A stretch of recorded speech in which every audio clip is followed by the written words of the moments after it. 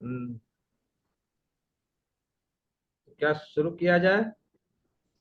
हम्म। Architect India, Joshi ji. हाँ जी। दोस्तों नमस्कार, मैं हिम्मत सिंह विमर्श मीडिया के लिए। और आज बहुत दिनों बाद हम लोग आज उपस्थित हुए हैं। कुछ कुछ मुद्दे हैं। और इस बीच में सरकार बनने के बाद किसको क्या मिलेगा, काफी उठापटक रहा है इस पूरे दौर में। और खास करके इस पूरे महीने, जुलाई का महीना, बार बार ये कयास लगाया जा रहा था कि कुछ दिनों की सरकार है और अब गई तो तब गई। फिर कयास लगाया गया कि जिनके बल पे सरकार बनी हुई है वही शायद टूटने वाले हैं। और देखते देखते अभी बजट का सेशन भी आ गया। बजट पे चर्चा शुरू है और पक्ष और विपक्ष की ओर से अपने अपने दावे हैं। उसके लिए एक कहिए कि खारिज करने का भी एक पूरा मसला है कि जो भी सरकार की मंशा है उस पर लगातार विपक्ष की ओर से हमले भी हैं। लेकिन इसके साथ ही इस बीच में आप देखेंगे कि लगातार पुलों का ढहना और ट्रेनों की दुर्घटनाएं, लगभग 2 दिन 1 दिन पे कोई न कोई ट्रेन डिरेल हो रही है, बोगियां निकल रही हैं, लोग मर रहे हैं। और भयंकर किस्म का हादसा लगातार चल रहा है। दूसरी ओर सांप्रदायिक उन्माद फैलाने की भी पूरी कोशिश है। और इसमें माने बाजी मारने की जो पूरी होड़ है, जो खास करके जो भाजपा के राज्य हैं, जिस भाजपा नीति की जो सरकारें हैं, वहाँ सब एक दूसरे से होड़ में लगे हुए हैं कि हम ज्यादा कट्टर हिंदू हैं तो हम ज्यादा कट्टर हिंदू हैं।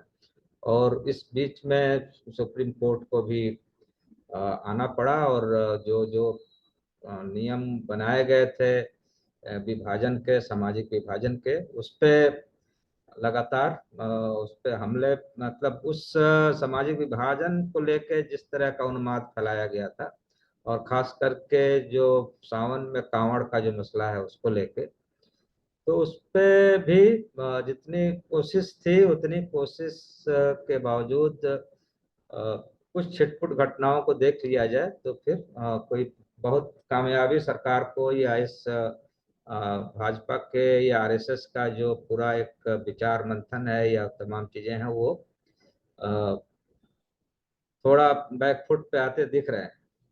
लेकिन कल राहुल गांधी का एक पूरा संसद में जो भाषण है, और भाषण का लब्बो लुबाब यह है कि एक समय कुरुक्षेत्र में जिस तरह की व्यूह रचना की गई थी, जिसको चक्र व्यूह बोलते हैं, उसमें फंसा के अभिमन्यु को मारा गया था।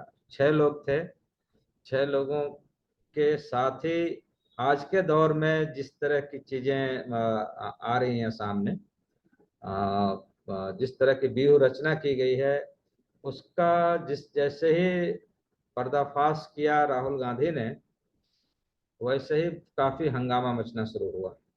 हंगामा यह भी कि सरकार आखिर चला कौन रही है, गवर्नेंस आखिर किसके हाथ में है, इसके पीछे के कौन कौन से पावर लॉबीज हैं जो काम कर रही हैं, जो वही वाकई अ, जो ताकतें हैं या शक्तियां हैं जो पूरे देश को गवर्न कर रही हैं। और इसमें जो समाज के तमाम हिस्से हैं, चाहे वो नौजवान हो, चाहे मजदूर हो, चाहे मध्य वर्ग हो, चाहे वो छोटे दुकानदार हो, व्यवसायी हो, मध्यवर्गीय मध्य व्यवसायी हो, हर तबके को उस चक्रव्यूह में ले जाके उसका शिकार किया जा रहा है, उसका वध किया जा रहा है, उसको दबोचा जा रहा है। वो जो चक्रव्यूह और उसका पद्मव्यूह जो नाम दिया कमल की संरचना वाला राहुल गांधी ने, तो आज का विषय यही है कि ये जो पूरा चक्रव्यूह बना दिया गया है, जिसके 6 लोग कंट्रोलर हैं। 6 कंट्रोलर में मोदी, शाह, अडानी, अंबानी, इसके अलावा अजीत डोभाल का भी नाम है, और मोहन भागवत का नाम है। माने आरएसएस, भाजपा और भाजपा के जो पूंजीपति, जिसको क्रोनी कैपिटलिस्ट भी कहा जाता है, उन सबका नाम है इसमें। तो जैसे ही ये नाम आया वैसे ही हंगामा भी शुरू हुआ। लेकिन इस दौर में राहुल गांधी का कहना है कि इंडिया गठबंधन इस चक्रव्यूह को तोड़ेगा, और लगातार पहले भी जनता के भरोसे इस चक्रव्यूह को तोड़ा गया है। आज का विषय यही है कि क्या इंडिया गठबंधन इस चक्रव्यूह को तोड़ पाने में सक्षम है। यदि है तो पहले जो व्यूह रचना हो रही थी, कहीं उसको समझ पाया है कि नहीं पाया है, या अभी भी सुपरफिशियल ढंग से ही सब चीजें चल रही हैं। तो इन्हीं सब विषयों पर बात करने के लिए हमारे साथ जो पैनल है, स्टीम पैनल्स हैं, उसमें विघ्नेश जी एज यूजुअल हमारे बहुत सहयोगी, सबसे बड़े हमारे, मैंने इस कहिए कि संबल, विघ्नेश जी हमारे साथ हैं। दूसरे हमारे साथी नित्यानंद जी भी हैं। नित्यानंद जी दिल्ली आए भी, गए भी, और अब कलकत्ता से वो लाइव हैं। तीसरे हमारे साथी डॉक्टर अनिल कुमार जी, अनिल कुमार राय साहब हैं। तो मैं राय साहब से ही शुरू करता हूं। एक तो बजट है, बजट की व्यूह रचना भी है, और चूंकि आप लगातार एजुकेशन के मसले पे आप देखते रहते हैं, तो पहले से चली आ रही परंपरा की शिक्षा पे किस तरह से हमले हो रहे हैं, उसी का ही मतलब उस परंपरा का ही निर्वहन हो रहा है, या उसमें कुछ नया, कुछ नई आपको कुछ तब्दीलियां देख रहे हैं इसमें। धन्यवाद हिम्मत जी कि आपने एक महत्वपूर्ण प्रसंग को छेड़ा है। जिस समय इस टर्म की सरकार का गठन हो रहा, उस समय बहुत सारे राजनीतिक विश्लेषकों ने यह उम्मीद जताई थी कि चूंकि यह सरकार बैसाखियों पर चलेगी, इसलिए उस तरह की मनमानी नहीं हो सकेगी। मुझे यह टिप्पणी उस समय भी नागवार गुजर रही, विश्वास नहीं हो रहा था, और अब तो मेरा हुआ विश्वास प्रमाणित भी हो गया है कई सारी चीजों कि इसकी जो दोनों बैसाखियां हैं वे इस तरह कमजोर हैं या कमजोर कर दी गई है। जैसे बिहार के संदर्भ में मैं आपको बताऊं, आपको पता ही होगा, सारे लोगों को पता होगा कि नई सरकार बनने के बाद, समर्थन दिए जाने के बाद, सरकार में शामिल होने के बाद किस तरह सरकार में बिहार से समर्थन देने वाले राजनीतिक दल अर्थात जदयू के अधिकारियों से जुड़े हुए अधिकारियों और नेताओं पर किस तरह से सीबीआई और ईडी का छापा पड़ रहा है, और यह आशंका जाहिर की जा रही है किस तरह मुख्यमंत्री को अर्थात अध्यक्ष को घेरने की, पार्टी को घेरने की और कमजोर करने की, अर्थात कि उसको अपना पालतू बना करके रखने की कोशिश की जा रही है। ऐसी स्थिति में जब आप अपने समर्थक को इस तरह कमजोर करके रखेंगे, तो स्वाभाविक है कि उसकी रीढ़ में दम नहीं होगा और वह सीधा होकर के बैठ नहीं सकेगा, खड़े होने की तो बात ही नहीं। तो वह स्थिति है कि जो इस चुनाव 2024 के लोकसभा चुनाव की के पहले की जो प्रवृत्ति थी, वही प्रवृत्ति भाजपा की आज भी कंटिन्यू। मैं कल ही एक जगह कह रहा कि मनुष्य की प्रवृत्ति नहीं बदल, कि पेशे के आधार पर इस शब्द को नहीं लेंगे, प्रवृत्ति के आधार पर इस शब्द को लेंगे कि यदि मैं कसाई हूं तो मैं केवल बकरी को ही नहीं काटता हूं, बकरी के प्रति ही मेरी निर्ममता नहीं होती, अपने बच्चों के प्रति भी उसी निर्ममता के साथ पेश आता। तो मेरी प्रवृत्ति अगर उस तरह की अगर है तो इस सरकार की या इस पार्टी की प्रवृत्ति ही यह है, या इससे डेविएट ही नहीं हो सकती है, या इससे अलग ही नहीं हो सकती है। भेड़िया मांस न खाएगा तो और क्या खाएगा, उसको उसको जैसे भी हो मांस खाने का उपाय करना है।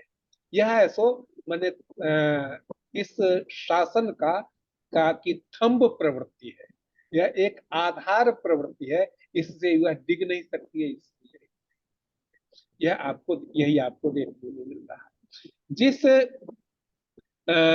के बारे में कहा गया या डिस्कोर्स चला था कि और उसके चलते भाजपा को हानि भी हुई कि संविधान बदला जाएगा या सांप्रदायिकता इस तरह की कर रही है, हिंदू राष्ट्र का निर्माण किया जाएगा। और मैंने तो देखा है बिहार के जहानाबाद जिले में लोग इस तरह घूम रहे थे पर्चा लेकर के कि आप सिग्नेचर कर दीजिए, जनमत संग्रह करवा रहे थे हिंदू राष्ट्र के लिए और ये आपने बताया था, जी जी। जी।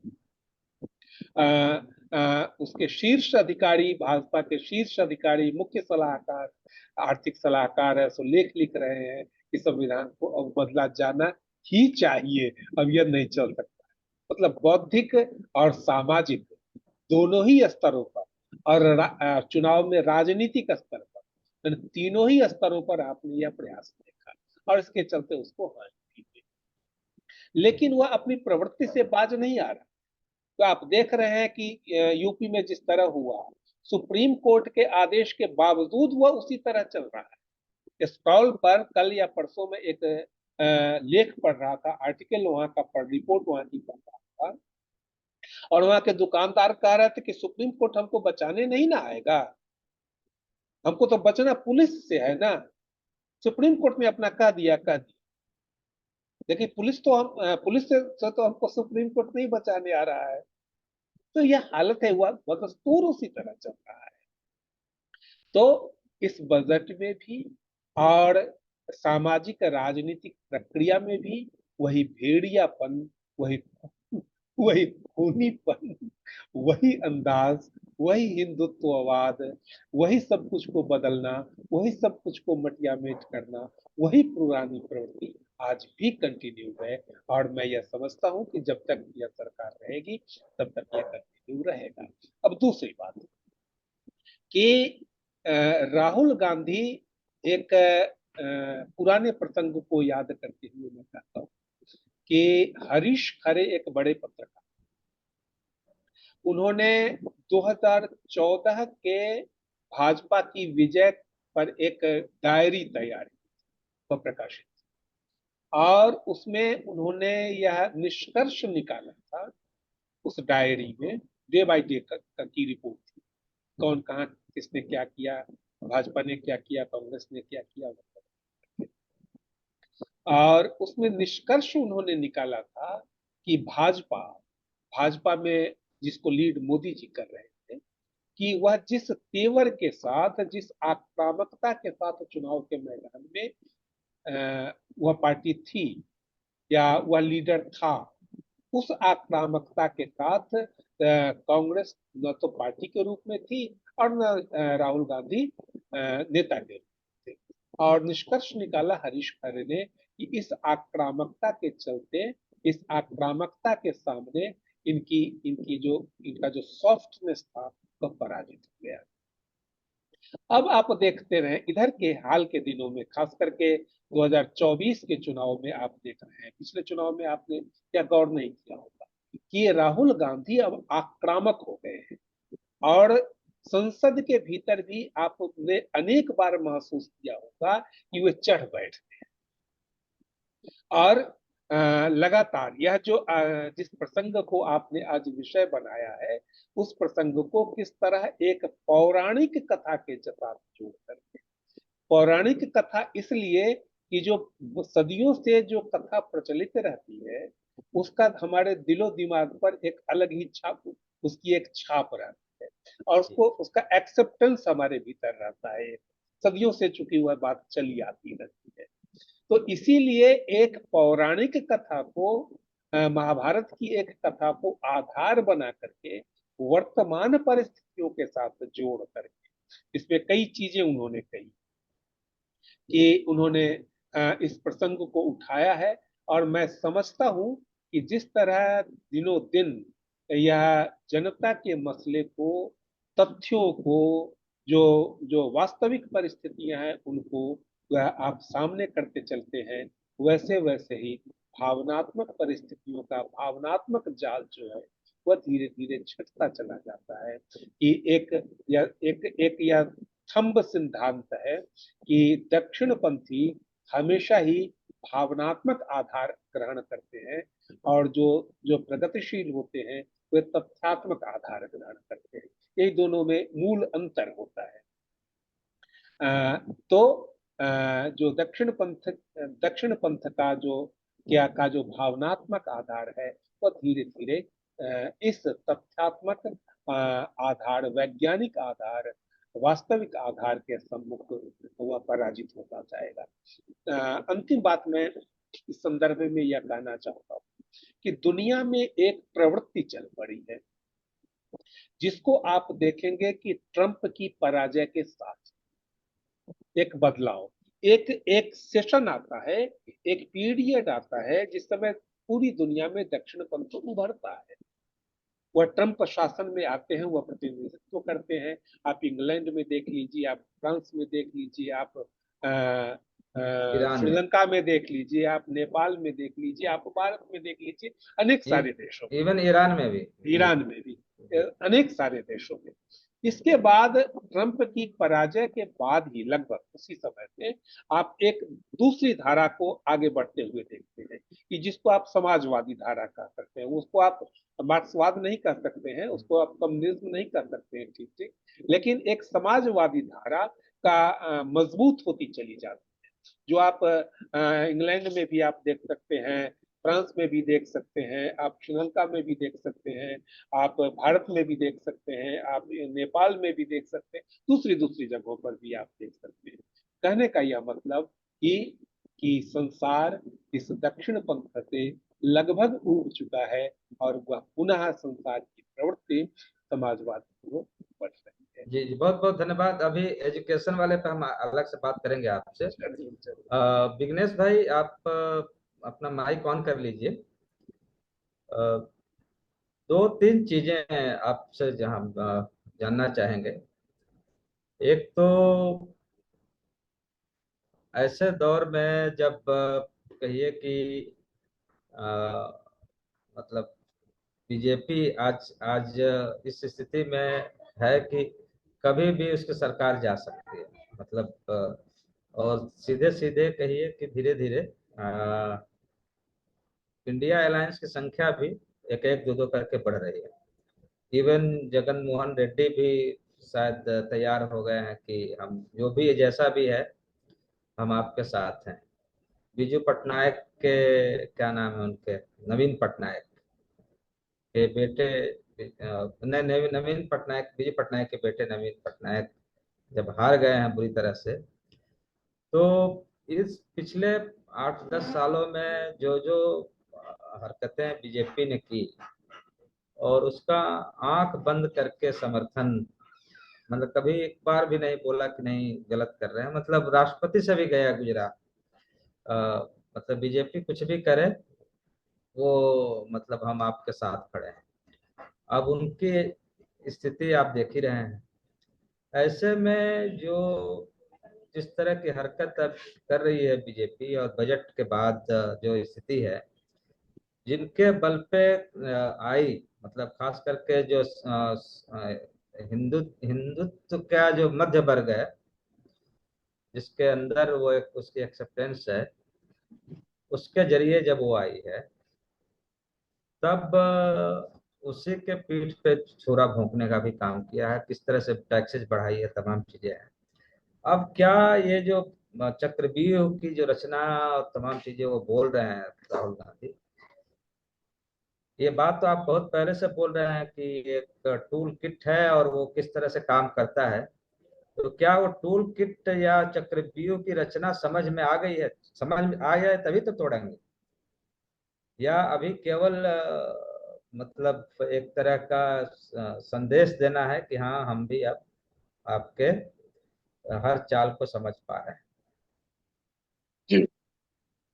बहुत अच्छा प्रश्न है आपका। और ये जो टूल किट है या चक्रव्यूह है या पद्मव्यूह है जो राहुल जी ने उस महाभारत के कथा से निकाला या उसको वहां पाया और वर्तमान स्थिति से रिलेट किया, क्योंकि ये जो जब राहुल पद्म व्यूह की व्याख्या कर रहे थे तो आपने गौर किया होगा कि उन्होंने ये कहा कि सेंटर में 6 लोग थे जिसके इर्द गिर्द पूरा का पूरा व्यूह रचा गया था, पूरी की पूरी व्यूह की रचना रचना हुई। तब भी 6 लोग थे, जी। तब भी 6 लोग थे। भीष्म पितामह थे, कर्ण थे, शकुनी थे,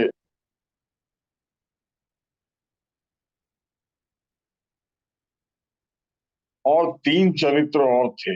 दुर्योधन भी थे शायद, उनके साथ 2 चरित्र और थे। अब के संदर्भ में उन्होंने जो देखा, तो जो चक्रव्यूह यानी कि पद्मव्यूह रचा गया था उसकी रचना कमल के फूल के जैसी थी, जिसको कि इस देश के वर्तमान प्रधानमंत्री, पूर्व प्रधानमंत्री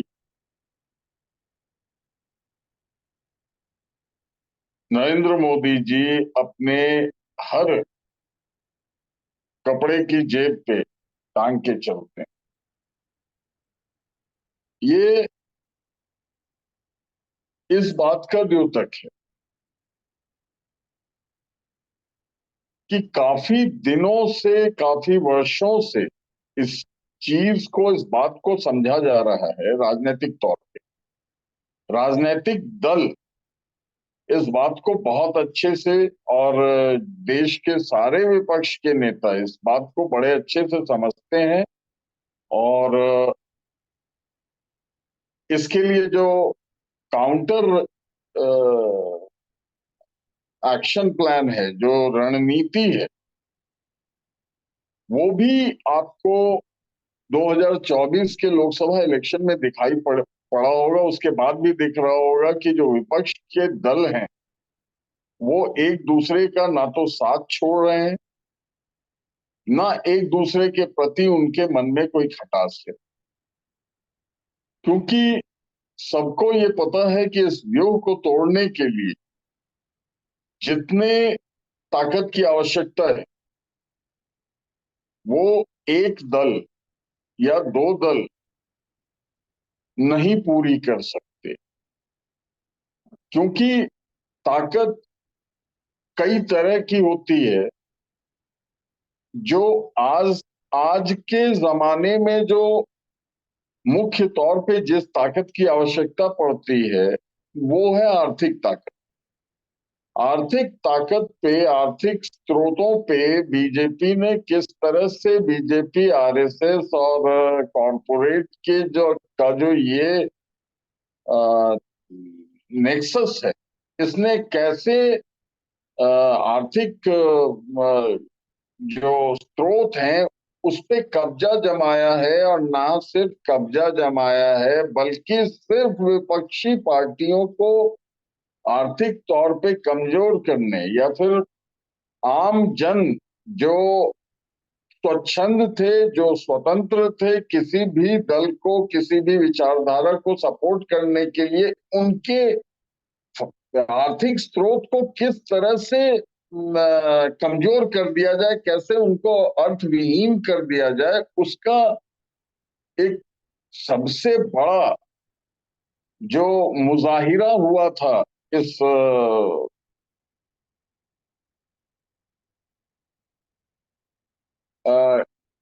डिफाइनेंस करने के सिस्टम का, वो नोटबंदी था। 2016 से ही वो शुरू हो गया था। दूसरी बात, राहुल जी के ही बातों से मैं निकाल के बोलना चाहूंगा कि उन्होंने कहा कि ये जो व्यूह रचना है, ये जो पद्म व्यूह की रचना है, ये जनता के खिलाफ है। विपक्ष के खिलाफ हो या ना हो, जो बात डॉक्टर अनिल जी भी कह रहे थे कि जनता को कमजोर करना। अभी बजट पे भी बात हो रही थी, बजट पे भी थोड़ी सी चर्चा थी, थोड़ा सा फोकस था, तो बजट पे नहीं जाना है मुझे। आप एजुकेशन बजट पे जाएंगे डॉक्टर अनिल जी के साथ, लेकिन एक बात की तरफ आपका ध्यान आकर्षित करना है, एक दो बातों की तरफ। कि पहली बात ये है कि जब से मोदी सरकार आई, इनिशियली तो नहीं, लेकिन 2-3 सालों के अंदर गरीबी टैक्स इंट्रोड्यूस किया उन्होंने। यानी कि बैंकों में आपको मिनिमम, न्यूनतम जो राशि रखनी है अपने अकाउंट में, अपने खाते में, वो 1,000 की होगी। और अगर गलती से भी 1,000 से कम हो गया कुछ घंटों के लिए भी, तो आपके 100-150 रुपए काट लिए जाएंगे, जुर्माना लग जाएगा। ये तो सरकारी बैंक की बात बता रहे हैं, ये सरकारी बैंक की बात बता रहा हूं, और प्राइवेट में तो ज्यादा है। प्राइवेट में ज्यादा है। और सिर्फ सरकारी बैंकों का अगर आप देख लें, तो अभी कल ही का वो आंकड़ा है या परसों का, कि 8,500 करोड़ सरकार ने सरकारी बैंकों के माध्यम से गरीबी टैक्स वसूल लिया है इस दौर में। एक आध सालों, शायद एक साल में, या अभी तो टर्म शुरू ही हुआ है, तो शायद एक साल का 8,500 करोड़ गरीबी टैक्स वसूल लिए गए। दूसरी बात आप देखिए कि एक जो चक्रव्यूह रचयिताओं में से एक, जिनका नाम लिया गया है A2, अब तो A1 A2 के तौर पे जाने जाने की नौबत आ गई है। तो जो A2 हैं, यानी कि अंबानी घराना, नहीं, मतलब आप यहाँ बोल सकते हैं, नाम ले सकते हैं, ये यहाँ पार्लियामेंट। मैं नाम हाँ, ले सकता हूँ, लेकिन मैं चाहता हूँ कि जो आपके दर्शक हैं, उन तक ये बात पहुंचे कि A2 आखिर है कौन, क्योंकि संसद में A1 A2 ही लिया जाएगा नाम। तो इसीलिए उनका ये जानना हम लोगों के माध्यम से आवश्यक है कि A2 है कौन। A2 अंबानी परिवार है, और A1 जो है वो अडानी परिवार। तो जिसमें वो विनोद अडानी जी भी हैं, जो टैक्स हेवन देश में बैठ करके भारत के स्रोतों को खोखला कर रहे हैं, सेल कंपनियां बना के। तो एज पर हिंडनबर्ग रिपोर्ट के अनुसार, और भी कई सारी रिपोर्ट्स आई, फाइनेंशियल टाइम्स की भी आई, उसके अनुसार भी। तो ये जो A2 हैं, इनके घर में एक बहुत ही भारी भरकम शख्स की सगाई से लेकर शादी का 1 महीने से ऊपर का अभी तक तीन शायद, चार 2-3 महीने हो गया सर, हाँ हाँ, तो वो चले जा रहा है। सेरेमनी चलता जा रहा है। और उस सेरेमनी का खर्चा उस भारी भरकम शख्स के शादी के सेरेमनी का खर्चा जो है वो बेचारी दुबली पतली मैल न्यूट्रिशन जनता, जिनके बच्चों की स्थिति ये है कि देश के आधे से अधिक आबादी बच्चों की जो है वो हाईली मैल न्यूट्रिशन है, बहुत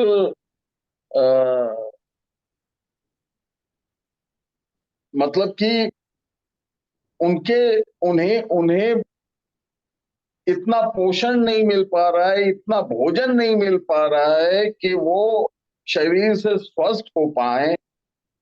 और याद कीजिए आप, जी यही भारी भरकम मैं, यही भारी मैं जी भरकम जी जी एटू पुत्र हैं, जो अपने हाथी को और पालतू लोमड़ी को, दोनों को तरबूज का जूस पिलाते हैं और ड्राई फ्रूट वाली खिचड़ी खिलाते हैं।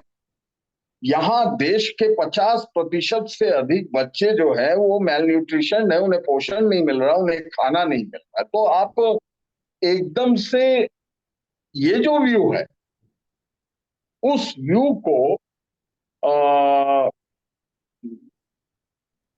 समझ सकते हैं। और ये सिर्फ राजनीतिक दल ही नहीं समझ रहे, उनके नेता ही नहीं समझ रहे, बल्कि अब जनता का भी एक बड़ा तबका समझ रहा है। जैसे कल राहुल गांधी जी ने ही कहा, कल के उनके भाषण में इतना मटेरियल था कि उसकी पूरी चर्चा भी नहीं कर सकते हम। तो उन्होंने ही कहा कि मध्यम वर्ग के पीठ में एक नीति से छुरा मारा और सीने में दूसरे नीति का खंजर मारा। अब मध्यम वर्ग जो है वो समझने लगी है। तो दरअसल समझ में ये व्यू जो है, ये समझ में सारे राजनीतिक दलों को आ रहा था। सारे राजनीतिक दल जो है इस पे इसके लिए, इसके काउंटर के लिए काम भी कर रहे थे। और सारे राजनीतिक दल जो है वो इस व्यू को खत्म करने के लिए भी पूरी तरह से कहें तो डिवोटेड शब्द मेरे दिमाग में आ रहा है, डिवोटेड थे। पर समस्या एक, मीडिया में सच्चाई की गैर मौजूदगी के कारण ये बातें पहले कहे जाने पर इसका विपरीत रिएक्शन हो सकता था, जनता को भ्रमित किया जा सकता था, मिस इन्फॉर्म किया जा सकता था। इसीलिए ये बात इतने देर से कही गई। इस व्यू को तोड़ने की जब तक पूरी की पूरी पूरे के पूरे प्रोसेस को पूरा नहीं किया गया है, तब तक ये बात बोली नहीं गई है। ये बात बहुत आखिरी में बोली गई है, इसलिए आप ये मान के चल सकते जी जी हैं। जी जी एकदम सही कह रहे हैं। और इस पे हम और आगे बात करेंगे उसके जी कंसिक्वेंसेस पे, जी क्योंकि इस बीच में जिन A2 की आप बात की, उनकी शादी में इन्हीं इंडिया अलायंस के तमाम लोग गए थे। उसमें क्या बोलते हैं, तो खैर वो तो एक औपचारिकता होती है, अब क्या होती है कैसे होती है। नित्यानंद जी हमारे साथ हैं। और नित्यानंद जी, दो तीन चीजें आपसे जाननी है। एक तो अभी का जो, जैसे विघ्नेश भाई ने कहा कि मीडिया का जो रोल है, तो ये था कि शायद सरकार कमजोर होगी तो मीडिया जो है शायद कुछ उसमें सुधार होगा, लेकिन वो सुधार तो देखा नहीं जा रहा है। और ज्यादा उसी तरह के मतलब प्रोपेगेंडा में काम कर रहे हैं, प्रोपेगेंडा फैला रहे हैं।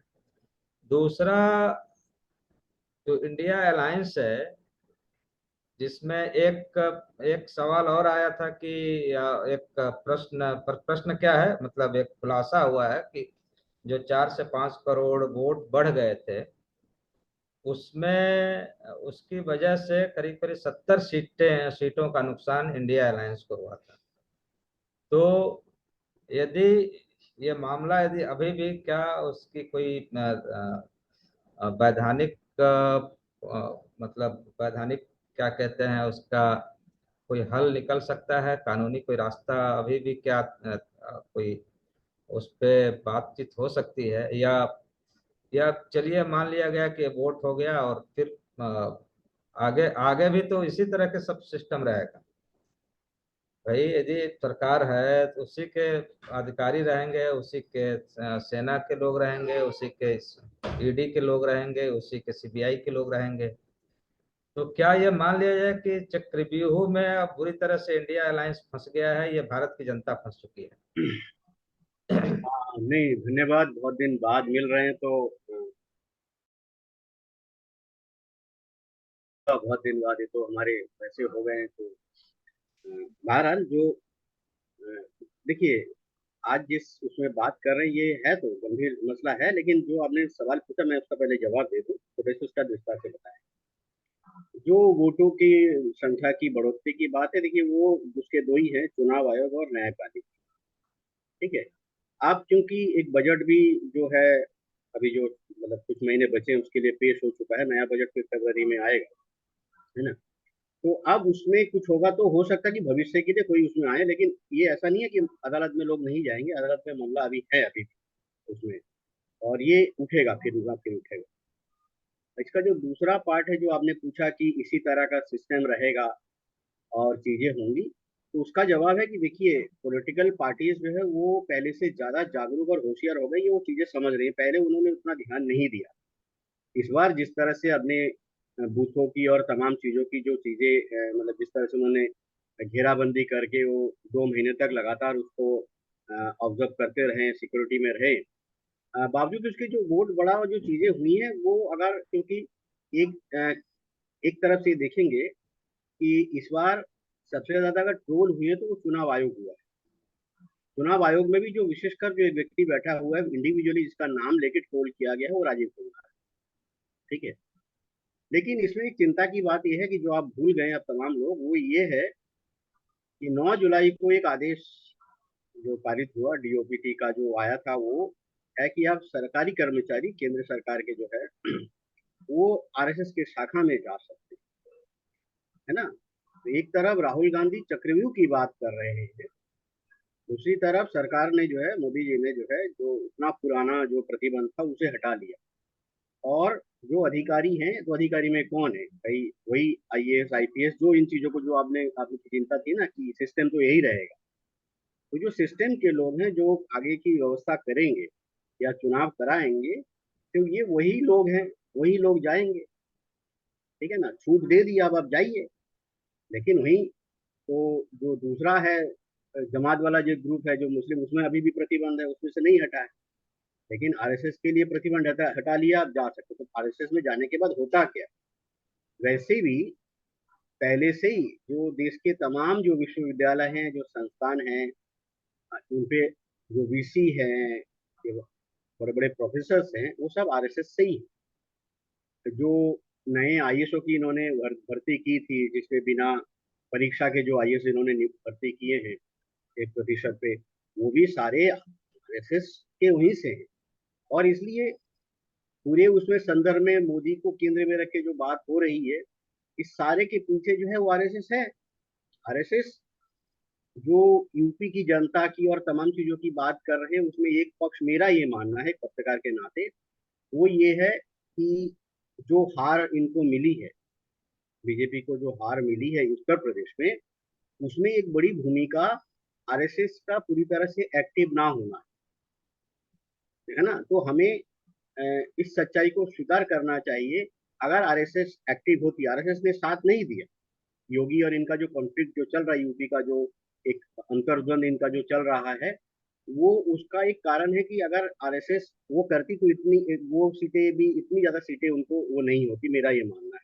क्योंकि आरएसएस ने इनका साथ छोड़ दिया था पूरी तरह से, क्योंकि जो जेपी नड्डा का जो बयान आया था, उन्होंने जो कहा था कि आप बीजेपी को आरएसएस की जरूरत नहीं है, तो ये कारण वो रहा है, ऐसा मैं मानता हूँ। लेकिन दूसरी ओर अगर आप देखेंगे जो अ, विघ्नेश जी ने कही, वो यह कि आप देखेंगे जो गठबंधन की पार्टियां हैं वो एक दूसरे से बहुत मजबूती से जुड़े हुए हैं। उनके बीच में कोई उस तरह की चीजें अभी तक देखने में नहीं आई कि कोई बड़ा विवाद हो। इनफैक्ट ममता बनर्जी जो बाहर से ही इंडिया गठबंधन में अपने आप को ऐलान कर चुके, वो उसमें प्री पोल से मतलब अलायंस में नहीं आई, बावजूद उसके वो लगातार जिस तरह से चीजें कर रही है। और एक और कारण है कि उधर अभी कुछ राज्यों में चुनाव होने, जिसमें हरियाणा शामिल है, कुछ एक और राज्य है, झारखंड भी शायद है, और 26 में बंगाल में चुनाव होना है विधानसभा का। अभी कुछ बाई इलेक्शंस भी होने हैं यूपी में, शायद 10 सीटों पे, है ना। तो आप देखिएगा इसका जो रिजल्ट आएगा, उसका इम्पैक्ट अगर अभी भी आरएसएस ने साथ नहीं दिया तो यूपी से पूरी तरह से बीजेपी साफ हो जाएगी। तो ये जो एक कानून जो पास हुआ, ये जो एक तरफ राहुल गांधी कह रहे हैं कि चक्रव्यूह की जो है, पद्मव्यूह की जो रचना की बात कर रहे हैं, वहीं ये एक बहुत बड़ा जो है चाल है कि जो ये जो छूट दी गई। तो बार बार जो मैं कह रहा हूँ, जो आपने पूछा कि वो कौन अधिकारी है, कौन जाएंगे, तो वहां जाने के बाद क्या होता है आपको मालूम है ना। वहां जाने के बाद ब्रेन वॉश होता है, कैसे भी करके वो ऐसी चीजें, ऐसे तर्क आपको उस तरह से आपको कर देंगे। और अभी भी एक जज जो है, वो रिटायरमेंट के बाद बीजेपी में जाते हैं और वो खुलेआम ये कहते हैं कि भाई वो आरएसएस में थे, और उसके बाद भी वो फिर जाना शुरू करते हैं। भाई जो इसके राज्यसभा के जो सभापति हैं, वो वहीं सदन में बैठ के बोलते हैं, अपने आप को उस तरह से उसकी तारीफ करते हैं। तो आपको ये देखना पड़ेगा कि एक तरफ विपक्ष है, दूसरी तरफ एक वो संगठन है जिसके पास जो रजिस्टर्ड नहीं है, मतलब एक तरह से कानूनी वो नहीं है, बावजूद उसके तमाम, चाहे कांग्रेस की सरकार रही हो या दूसरी सरकारें रही हो, वो उनकी ये हिम्मत नहीं पड़ी है कि इस तरह के संगठन इसका वो जान पाए कि ये भविष्य में किस तरह की चीजें कर पाई, और उस तरह की कार्रवाई इन्होंने नहीं की। ये एक भयंकर ब्लंडर इनका था। अगर वो पहले ही कंट्रोल कर लिए होते, कुछ उस तरह की चीजें किए होते, जो भी संभव था उनके उसमें भविष्य को देखते हुए, तो नहीं हुआ। अब देखिए कि कुछ एक घटनाएं हुई हैं। मैं बंगाल के संदर्भ में बता रहा हूँ कि बीजेपी यहाँ से साफ होने वाली है बंगाल। उसका ये कारण है कि अभी इंडिया गठबंधन का कोई नेता नीति आयोग की बैठक में नहीं गया, बावजूद उसके ममता गई, और ममता जानबूझ के गई। वो गई इसीलिए थी कि वो उठ के आ सके, हमला बोल सके, एक तो वो किया। दूसरी बात, जो शुभेंदु अधिकारी ने और उसके बाद अभी इनके जो शांतनु ने जो वो दिए हैं बंगाल विभाजन की बात, भले ही वो प्रैक्टिकली पॉसिबल नहीं है, लेकिन क्योंकि बंगाल का ऑलरेडी 2 बार विभाजन हो चुका था, 1905 और 1947 में बंगाल का विभाजन ऑलरेडी हो चुका है। तो अब क्योंकि बंगाल का बहुत ज्यादा रेवेन्यू दार्जिलिंग और कूच बिहार जो उत्तर बिहार है उधर से आता है, तीस्ता नदी का, और वो तमाम चीजें वहीं से हैं। तो बंगाल को अगर विभाजन करते हैं तो बहुत सारी चीजें होंगी। तो ये बात जो उन्होंने छेड़ दी कि बंगाल को नॉर्थ, जो उसका जो उत्तर बंगाल है उसको अलग करके नॉर्थ ईस्ट के काउंसिल में मिला दिया जाए, तो इसको एक तो बीजेपी मतलब तृणमूल भुनाएगी। दूसरा है कि शुभेंदु अधिकारी ने 2 बार ये कह दिया कि हमें मुसलमान वोट नहीं देते, मुसलमानों का वोट नहीं चाहिए, और सबका विकास सबकी जरूरत नहीं है। तो ये इससे तो ये हो गया कि अगर 2% मुसलमान यहाँ उनको वोट देते भी थे, अगर मान लीजिए, वैसे तो 1% नहीं देता होगा, लेकिन मान के चलिए कि अगर कुछ लोग वोट देते भी थे या इनके जो बीजेपी के सदस्य होंगे, तो वो भी अब नहीं देंगे, क्योंकि ये चीज यहाँ हो गई। तो बंगाल से एक तरह से ये साफ है, इनकी सीटें अब नहीं आने वाली, क्योंकि इस मामले में इसको मैनेज करने में, इसके प्रचार करने में तृणमूल बहुत सक्षम है, और बीजेपी का गठबंधन यहाँ कमजोर हो गया पूरी तरह से। लेकिन जो सवाल तमाम लोगों से आपने पूछा है, ये वरिष्ठ लोग हैं, मेरी एक जिज्ञासा है कि संसद में बोलना एक बात है, संसद के साथ साथ जीतने के बाद क्या धरातल पे, मुझे इसकी जानकारी नहीं, इसलिए मैं जानना चाह रहा हूँ, क्या अब ग्राउंड पे उसी तरह से काम जारी है जो चुनाव से पहले ये लोग कर रहे थे, है ना। जैसे अभी वायनाड पे एक आया है, तो राहुल गांधी ने ट्वीट किया, तो मुझे लगता है कि, मुझे नहीं मालूम राहुल या प्रियंका कोई जाने का प्लान है या कुछ उस तरह के हैं। एक तो वो है। दूसरा है कि अब एक और जो गठबंधन है, चाहे हरियाणा में हो या कहीं पे भी हो, इनको जमीन पे काम करना पड़ेगा। अगर नहीं कर रहे होंगे तो इन्हें करना चाहिए। एक और है कि एक और मुद्दा देखिए, दो है। एक और जो छात्र हैं, मान लीजिए किसी भी देश में, बांग्लादेश में जो अभी हालात हैं, वो छात्र आंदोलन, भले ही उसमें बाद में जो बीएनपी पार्टी और दूसरी विपक्ष की पार्टियां जो है उसमें एक दो पार्टियां हैं वो उसके पीछे से आए हैं और वो हिंसक हो गया। पहले ये शांत था, लेकिन छात्रों ने मजबूर कर दिया, इतना आंदोलन किया आरक्षण के चक्कर में, आरक्षण के विरोध में, कि सुप्रीम कोर्ट को भी मतलब उनके पक्ष में फैसला देना पड़ा। तब जाके 13 दिन के बाद वहाँ इंटरनेट और तमाम चीजें खुली। ठीक है, तो ये जो छात्र हैं, जो छात्र दो तरह से बटे हुए हैं। एक ये जो नीट का एग्जाम हुआ उसमें सुप्रीम कोर्ट का जो रवैया रहा, जिस तरह से उन्होंने दिया फैसला, उम्मीद सबको थी शायद कैंसिल करा के दोबारा एग्जाम देने की बात करेंगे, लेकिन अंततः सुप्रीम कोर्ट से वो मामला नहीं आया। सुप्रीम कोर्ट ने नीट के हक में उस तरह से पेपर रद्द करने या उस तरह का फैसला नहीं दिया। लेकिन एक और वो देखिए कि बहुत बड़ी फौज है जो कावड़ लेके निकल रहा है। तो कौन सा वर्ग है? क्या उन वर्गों से ये पॉलिटिकल पार्टीज बात करें? क्योंकि देखिए, मैं अलग तरह से सोचता हूँ। मैं ये सोचता हूँ कि बहुत बड़ा वर्ग है जो कावड़ लेके जाने वाला, और अगर उसमें बुद्धि होती तो वो ना कार तोड़ रहे होते, ना किसी हिंदू को टच हो जाने तो जाके होटल में तोड़ रहे होते और मार रहे होते। तो एक ऐसा वर्ग भी बीजेपी ने तैयार कर दिया है कि जिसके पास कुछ नहीं है। मान लीजिए कि अगर हम और आपके पास भी अगर रोजगार नहीं है तो हम बैठ के कुछ और करेंगे, कुछ और चीजें करेंगे, हम कावड़ लेके तो नहीं जाएंगे, या हम किसी को डंडा तो नहीं मारेंगे। तो ये जो युवा पीढ़ी है जिससे जिसके कंधों पे तमाम चीजें हैं, जो भारत का भविष्य देख रहा है, तो ये दो वर्ग ऐसा मतलब युवाओं में भी ये खड़ा कर दिया। और वो बहुत बड़ी संख्या, क्योंकि भारत में शिक्षित जो युवा है उसकी संख्या कम है, और जो स्कूल ड्रॉप है उसकी संख्या बहुत ज्यादा है, और वही जा रहा है कावड़ लोग, जी जी है ना। तो जी। ये इस तरह की, ये सारे मामले, इस तरह की चीजें, इसको अगर विपक्ष की पार्टियां कैसे हैंडल करती है, किस तरह से ग्राउंड में प्रचार करते हैं, ये निर्भर करेगा चक्रव्यूह के टूटने और बने रहने।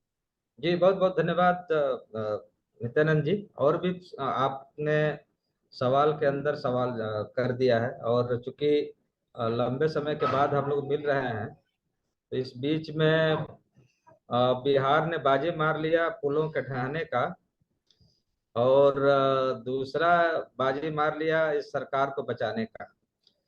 तीसरा जो उनको मिलना था, क्या बोलते नहीं, हैं एक और बाजी इस मार पे, दिया रेलों के गिरने का। हाँ रेल का गिरने का तो पूरे देश भर में है।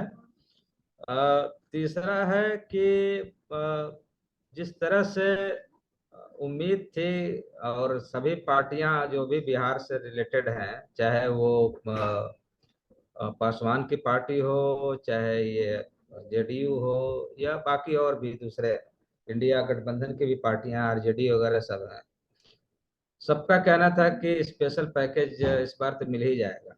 और चूंकि अ, बहुत मतलब बैसाखियों पे चलने वाली सरकार है, तो इस बार तो मिलना ही मिलना है, लेकिन वो हुआ नहीं।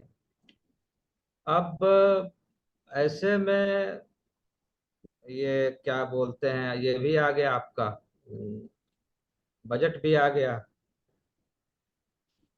और पैकेज के नाम पे जो मिला है, मतलब ये भी कहा जा रहा है कि सारा पैसा जो है आपने बिहार और आंध्रा को मिला। तो डॉक्टर साहब, आप इसमें ये जो भी पैसा मिला है, उस पैसे से क्या वाकई बिहार में कुछ बड़ा बदलाव आप देख पा रहे हैं? दूसरा, एजुकेशन को लेके जिस तरह की मतलब हालात हैं बिहार में, मतलब एक और तो टीचरों को क्या क्या काम करवाए जा रहे हैं वो हम सबको मालूम है, पढ़ाई के अलावा सब कुछ होता है। तो इसमें कोई सुधार होने की गुंजाइश आपको लग रही है क्या? हिम्मत भाई, अ, बिहार में अभी जो सरकार है, जी वह सरकार लंबे समय से, या उसके मुख्यमंत्री लंबे समय से विशेष राज्य का दर्जा देने की मांग करते हैं, और इसको अपना प्राइम मांग पर लंबे समय से बनाए। पहली बात तो यह कि मैं यह नहीं देखता हूं, मैं विशेष राज्य के दर्जे के पक्ष का आदमी नहीं, क्योंकि मैं यह नहीं देखता हूं कि जिन राज्यों को विशेष राज्य का दर्जा प्राप्त है, वे राज्य बहुत बेहतर स्थिति में चले गए। वहाँ शिक्षा, स्वास्थ्य, या उनके जीवन स्तर में एक आमूल चूल परिवर्तन हो गया है और वे बहुत उन्नत अवस्था में चले गए हैं, यह मुझे नहीं दिखाई पड़ता है। एक अप्रासंगिक एक जानकारी होगी कि मेरे एक मित्र और मेघालय में प्रोफेसर है एनसीईआरटी में। वहाँ हो क्या रहा है, वो उन्होंने मुझे बताया, यहाँ आए हुए थे, बातचीत के क्रम में उन्होंने बताया कि शिक्षा के लिए बजट मिला, यहाँ से राज्य सरकार ने पैसा बना करके भेजा कि है सो इतना करोड़ रुपया हमको चाहिए, उतना करोड़ वहां से उसको मिला। अब उसको उसकी उपयोगिता भी दिखानी है, तो दिखाया कि पिछले साल जहां पर 50% साक्षर थे, अब वहां पर इस साल है सो बाबा आपके पैसे का यह उपयोग हुआ कि 52% साक्षर हो गए। यह क्रम धीरे धीरे धीरे धीरे चलता रहा। अब आप होते होते होते होते 100% पर पहुंच गए। अब कहाँ से, अब तो फंड बंद हो जाएगा। फिर उसको नीचे किया गया कि नहीं, अब तो है 63% ये भी साक्षर है, अभी उसको और ये कर, मतलब यह बंदर बांट का एक उपाय है। वह उन्होंने जो बताया वह मतलब वास्तविक शिक्षा विभाग में ही है, एनसीईआरटी वहाँ के विभागाध्यक्ष। तो यह एक बंदर बांट का उपाय है, जिसमें कुछ कमाने वाले जो अपर क्लास के लोग हैं उनको टैक्स वगैरह में सुविधा मिल जाती है, बाकी जो नीचे के लोग हैं वे लोग उसी तरह अपना जीवन बसर करते रह जाते हैं। इसलिए यह एक सुंदर घड़े की तरह है जो बाहर से देखने में लगता है लेकिन उसके भीतर पानी नहीं होता है जिससे प्यास बुझाई जा सके, या पानी होता है तो उसको दूसरे लोग पी जाते हैं। दूसरी बात, इसका दूसरा पक्ष कि इस बार के बजट में जो बिहार को 59,000 करोड़ जो दिया गया है वह किस चीज के लिए दिया गया है और बिहार को किस चीज के लिए आवश्यक था। आपको विटामिन बी की कमी है और आपको हम कैल्शियम 3 बोरा खिला देंगे तो वह कमी दूर हो जाएगी विटामिन बी की, ऐसा तो होगा नहीं। NFHS 5 का जो रिसेंट डाटा है वह कहता है कि बिहार में 33.7% बहुआयामी गरीबी, सब तरह से के लोग जो गरीब है वो करीब 34% के लगभग है, लगभग आधे से थोड़ा ही कम। वही कहता है कि लगभग आधे बच्चे, कि 44% बच्चे तो कम वजन के हैं, बौने हैं, और 42% बच्चे हैं सो कम वजन के हैं, मतलब आधे बच्चे हमारे नाटे और बौने हैं, लगभग आधे, अर्थात भूख की समस्या थी, खाने की समस्या थी। देश में सबसे कम आय यहाँ प्रति व्यक्ति है, 6,000 ही प्रति व्यक्ति आय देश में सबसे कम, और नीति आयोग ने कहा था कि 19 राज्यों में सबसे पिछड़ा हुआ राज्य बिहार है। तो पिछड़ा हुआ राज्य शिक्षा के मामले में, स्वास्थ्य के मामले में, इनकम के मामले में, जीवन स्तर के मामले में, अर्थात सब तरह। तो बजट पैसा खर्च किस चीज के लिए किया जाना चाहिए, जिन चीजों में कमजोरी हमारी है, जिन चीजों में हम पिछड़े हुए हैं, उन चीजों को एड्रेस करना चाहिए था ना। लेकिन यह जो 59,000 करोड़ दिया गया है वह किस चीज के लिए दिया गया है, पावर प्लांट बनाने के लिए, रोड बनाने के लिए, धर्म स्थलों को विकसित करने के लिए, तीर्थ स्थलों को विकसित करने के लिए, पर्यटन स्थल बनाने के लिए, विकसित करने के लिए, इन्हीं चीजों के लिए दिया गया है। आप कह सकते हैं कि जो पर्यटन स्थल विकसित होंगे वहां पर हम इतिहास की जानकारी रखते हैं तो खड़े हो जाएंगे बगल में, और कोई आप हिम्मत जी दिल्ली से आएंगे या विघ्नेश जी आएंगे तो उनको हम कहेंगे कि चलिए 100 रुपया हमको दीजिएगा, तो हम बता देंगे कि कहाँ कैसे कैसे यहाँ पर कैसे कैसे क्या क्या हुआ था, तो वो हम 100-200 रुपया 500 रुपया हम हर दिन में कमा ले सकते हैं। लेकिन इसको वास्तविक रोजगार नहीं कहते हैं। तो कहने का यह मतलब कि इस बजट में जो बिहार के लिए प्रावधान किया गया वह प्रावधान एक पूंजीवादी प्रावधान है, जिससे पूंजीपतियों, सड़कें बनेंगी तो तो उस पर किसके माल की ढुलाई होगी? वो हिम्मत जी के माल की ढुलाई होगी, वो अनिल के माल की ढुलाई होगी, नित्यानंद जी की माल की ढुलाई होगी, वह टाटा बिरला डालमिया अदानी अडानी जो जो लोग हैं उन्हीं लोग सामान खरीदेंगे और अपना सामान पहुंचाएंगे। कहने का मतलब कि यह एक पूंजीवादी विकास के लिए यह बजट दिया गया है बिहार को, और बिहार की जो जनता है उन लोगों को उसी तरह बिलखते हुए बिललाते हुए छोड़ दिया गया है कि कमीशन भी तो बड़ा मिलता है ना जी जब जी जी, वह तो इंफ्रास्ट्रक्चर का काम ही होता है इसी के लिए, तो इसी के लिए इंफ्रास्ट्रक्चर का काम होता है। तो अब ये मान लिया जाए कि 10-12 पुल ढहे हैं, तो आने वाले समय में कुछ पुलों का और ढहने का इंतजार किया जाए। मत पूछिए, फूलों फूलों की कहानी तो सिहरा देने वाली कहानी होती है। मैं हाँ बराबर तो अपने तो करता ही हूँ, दूसरे को भी कहता हूँ कि भाई नए बन रहे पुल के नीचे से मत गुजरना, और वहां पर खड़े मत होना, कि पता नहीं कब है तो वह नीचे तुम्हारे सिर पर गिर जाएगा। जी जी जी। और तुम ट्रेन में तो चढ़ने में एक हम डर लगता है। धोबी हमारे साहब ने जी हमारे ही घर के निकट क्रांति एक्सप्रेस दो टुकड़े हो गई। इस बताइए। बात का जवाब है। तो धोबी साहब ने शायद कहा था कि तुम रेल से गुजरती हो, मैं पुल सा थरथराता हूँ। तो तो थरथराने तक तो समझ में आता है, लेकिन भरभराने तक का जो मसला है उस पे तो बातचीत होगी। विघ्नेश भाई आप बहुत धीरे धीरे मुस्कुरा रहे हैं, और 4-5 चीजें हैं जिसपे लगातार विपक्ष या जनता, भारत की जनता, एक तो महंगाई। टमाटर तो मुझे नहीं लगता कि आप सब में से कोई भी खरीदने की हैसियत में होगा, मैं तो नहीं हूँ। और लहसुन जो है 400 पार हो चुका है। जिसकी बात हो रही थी वो लहसुन 400 पार।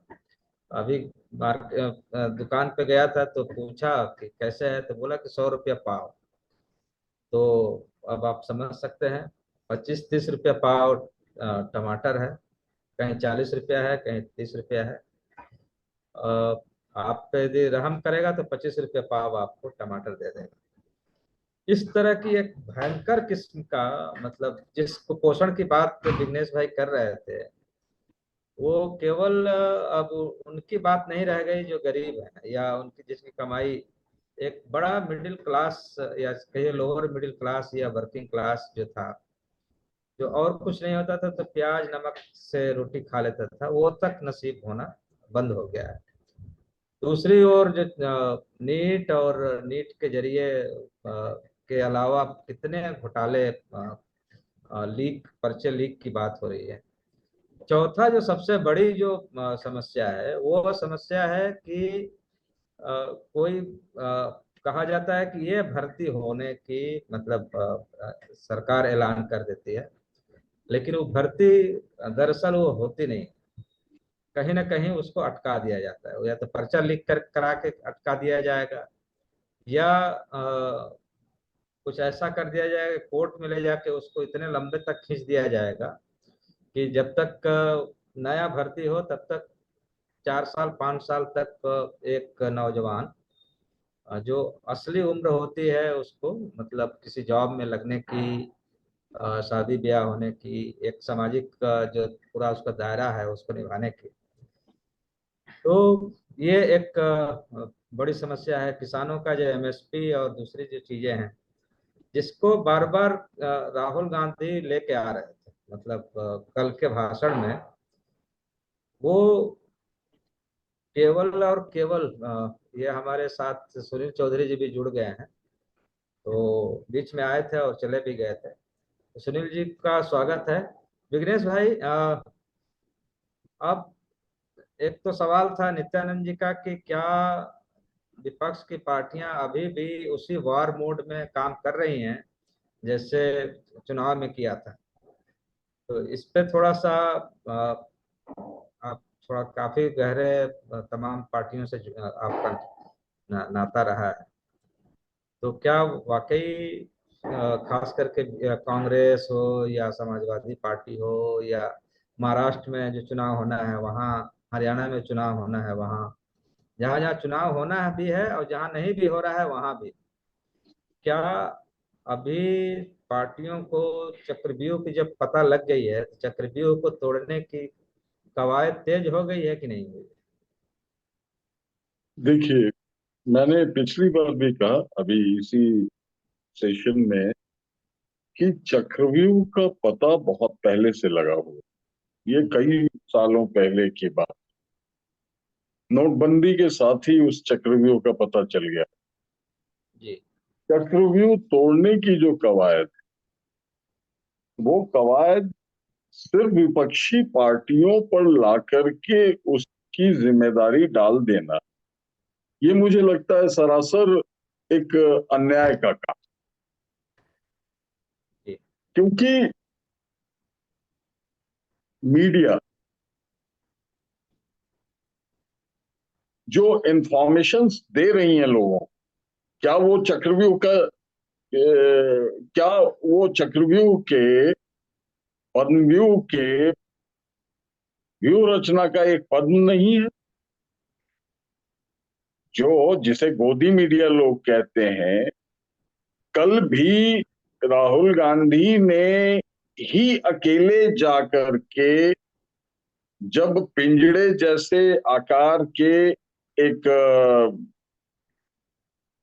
कक्ष शीशे में। के एक शीशे के कक्ष में, वो लाक्षागृह के जैसा वो पिंजरा पिंजरा जो था, उसमें पत्रकारों को ले जाके बंद कर दिया गया।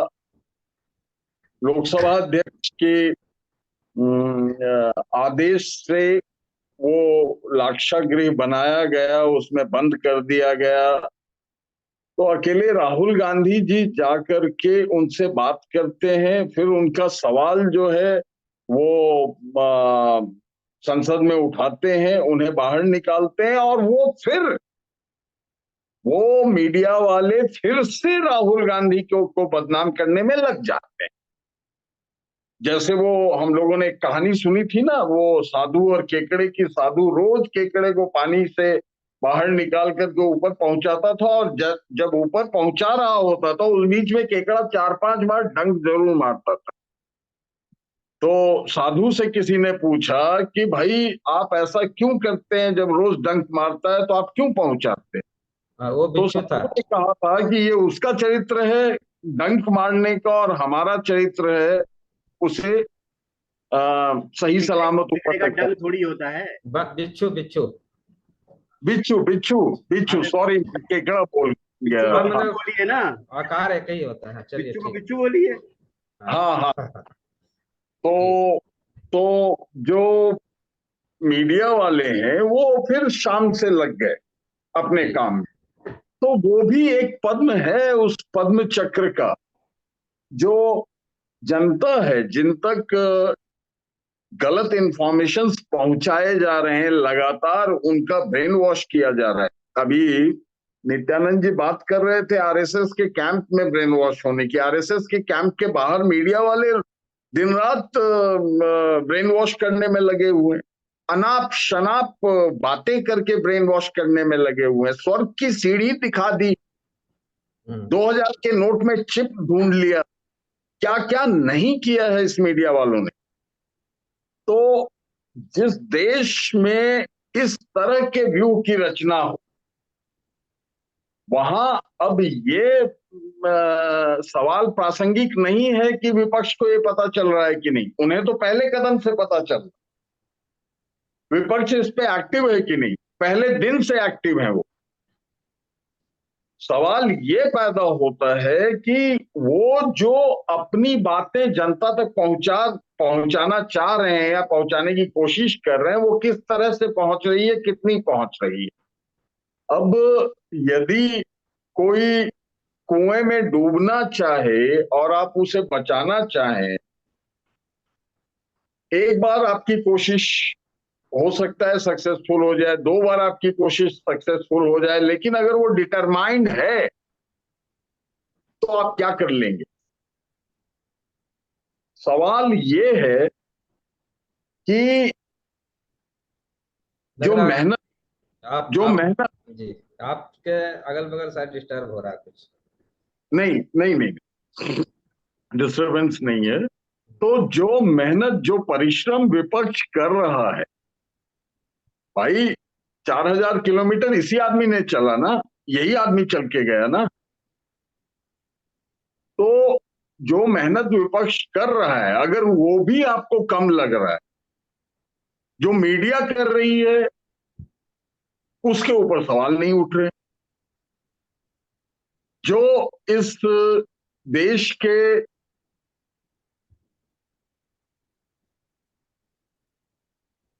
अंधविश्वास से प्रताड़ित और उसी अंधविश्वास की गोद में जाके बैठे हुए ये जो कांवड़ यात्री हैं, ये कर रहे हैं, उस पे सवाल नहीं उठ रहा। सवाल ये है कि किस कानून के तहत कोई भी सरकार कांवड़ यात्रियों के लिए फूल बरसाने की व्यवस्था, उनके लिए जो है वो आ, आ, सड़क और हाईवे बनाने की व्यवस्था। इसमें एक चीज और मैं जोड़ देना चाहता हूं, जो प्रोफेसर साहब बोल रहे थे, अनिल जी, कि इंफ्रास्ट्रक्चर प्रोजेक्ट के लिए पैसे दिए जाते हैं। तो कल ही तो संसद में ये बात भी उठी कि इंफ्रास्ट्रक्चर प्रोजेक्ट पे पूरी तरह से A1 और A2 का कब्जा है। तो जो पैसे वो स्टेट को सेंटर दे रही है, वो पैसे कुछ कमीशन में जाए स्टेट गवर्नमेंट को, बाकी वापिस A1 और A2 के पास चला जाए, इसका बंदोबस्त होना चाहिए। बाकी प्रोजेक्ट्स में इसका बंदोबस्त बहुत उतने अच्छे तरीके से नहीं है जितना इंफ्रास्ट्रक्चर प्रोजेक्ट में है। और उनकी बातों में एक बात और जोड़ देना चाहता हूं कि जो 13, 14, 15 पुल गिरे हैं बिहार के, वो सभी मोदी जी के शासनकाल के बने हुए हैं। जो अंग्रेज बना के गए पुल, जो शेरशाह सूरी बना के गए ग्रैंड ट्रंक रोड, वो अभी तक सलामत है। वो अभी तक सलामत है। अंग्रेजों के बनाए पुल भी, अंग्रेजों के बनाए रेल, अंग्रेजों की बनाई रेल की पटरियां भी, कांग्रेस के जो 70 सालों के शासन के बारे में मोदी जी पूछते थे कि क्या किया, तो उनके सलामत पुल हैं, उनकी सलामत पटरियां हैं।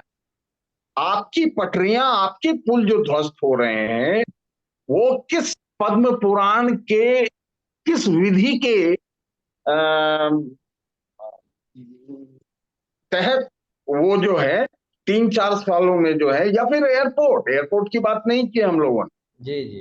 वो पद्म पुराण के किस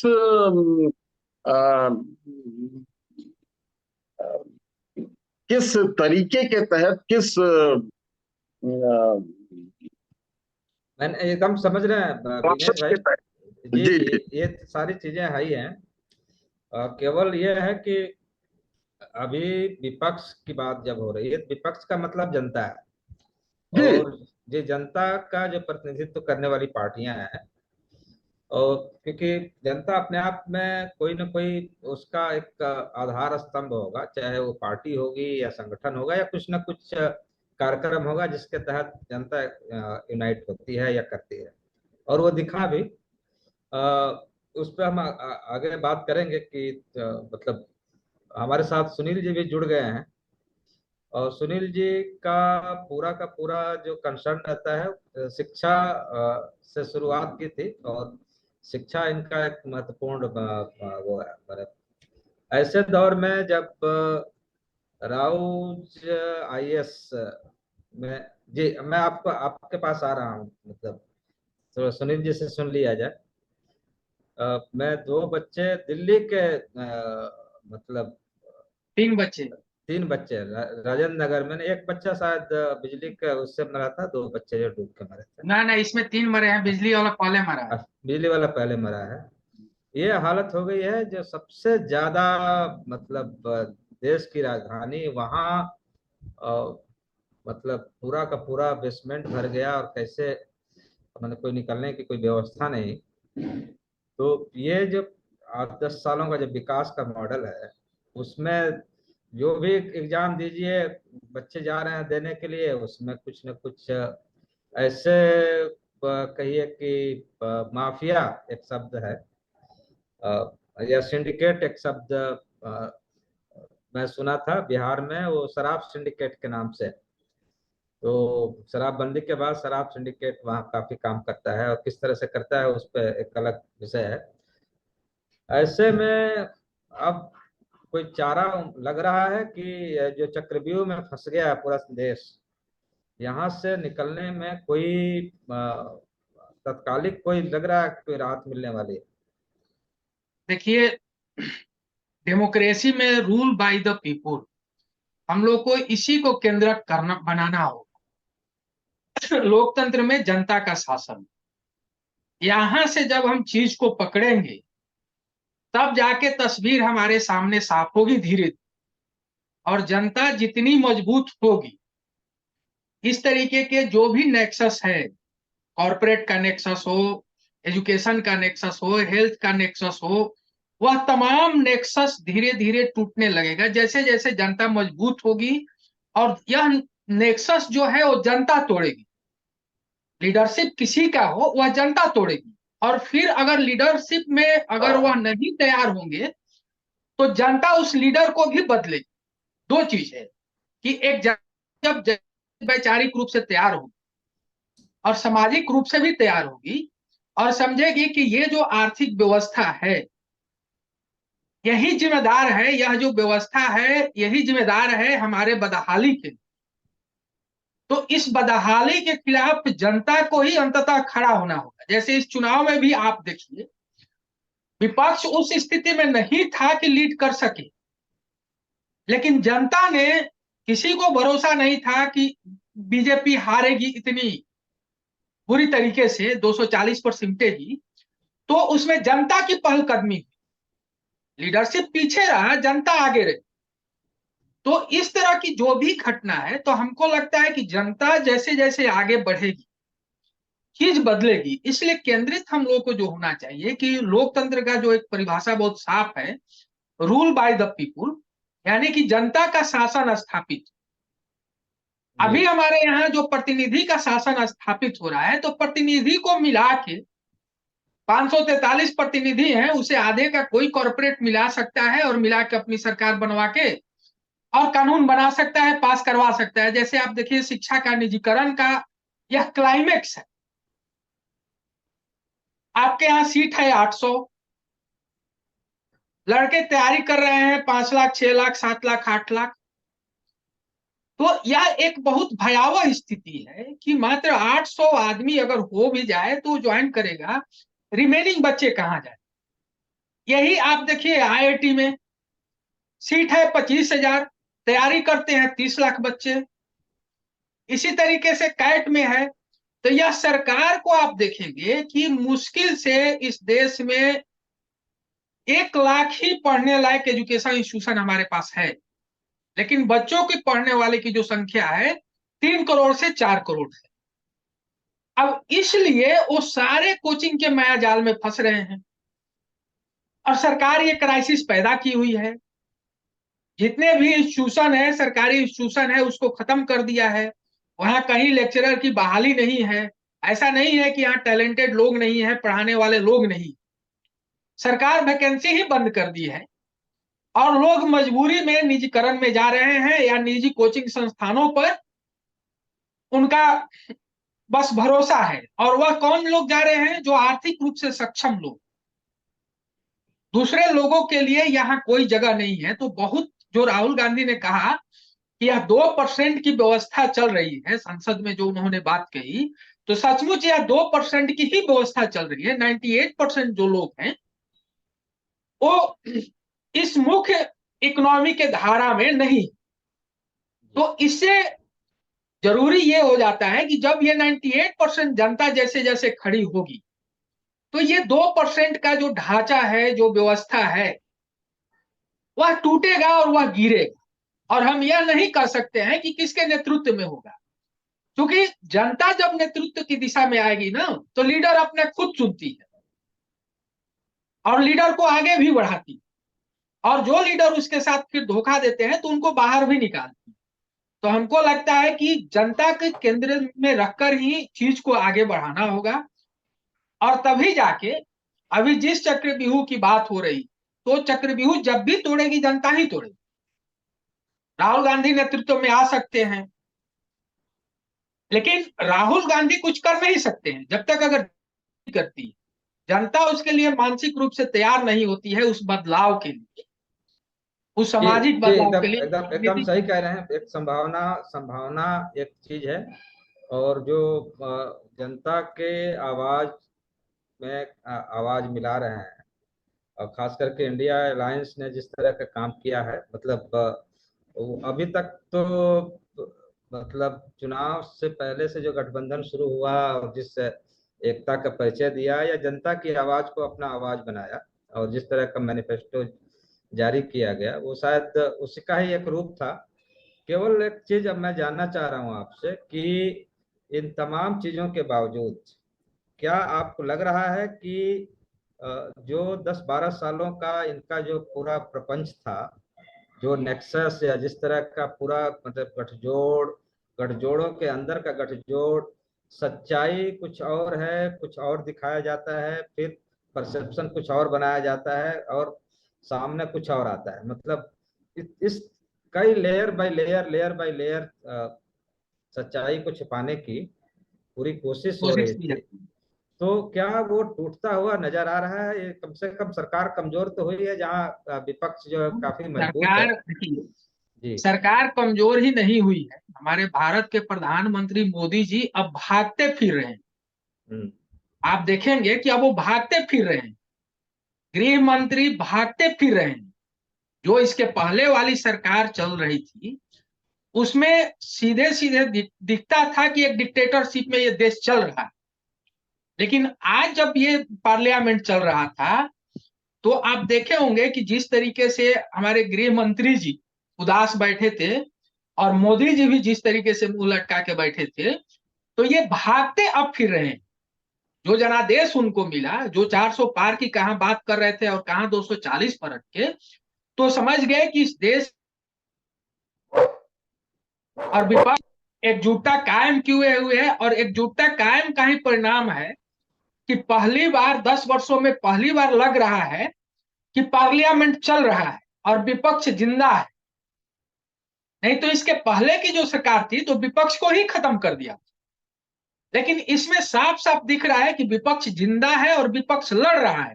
जनता के जो सवाल है, जनता की जो आवाज है, वह उठाया जा रहा है। राहुल गांधी जिस तरीके से किसानों को लेकर पार्लियामेंट में जाते हैं, एमएसपी की गारंटी की बात करते हैं, यह एक बहुत बड़ी बात है।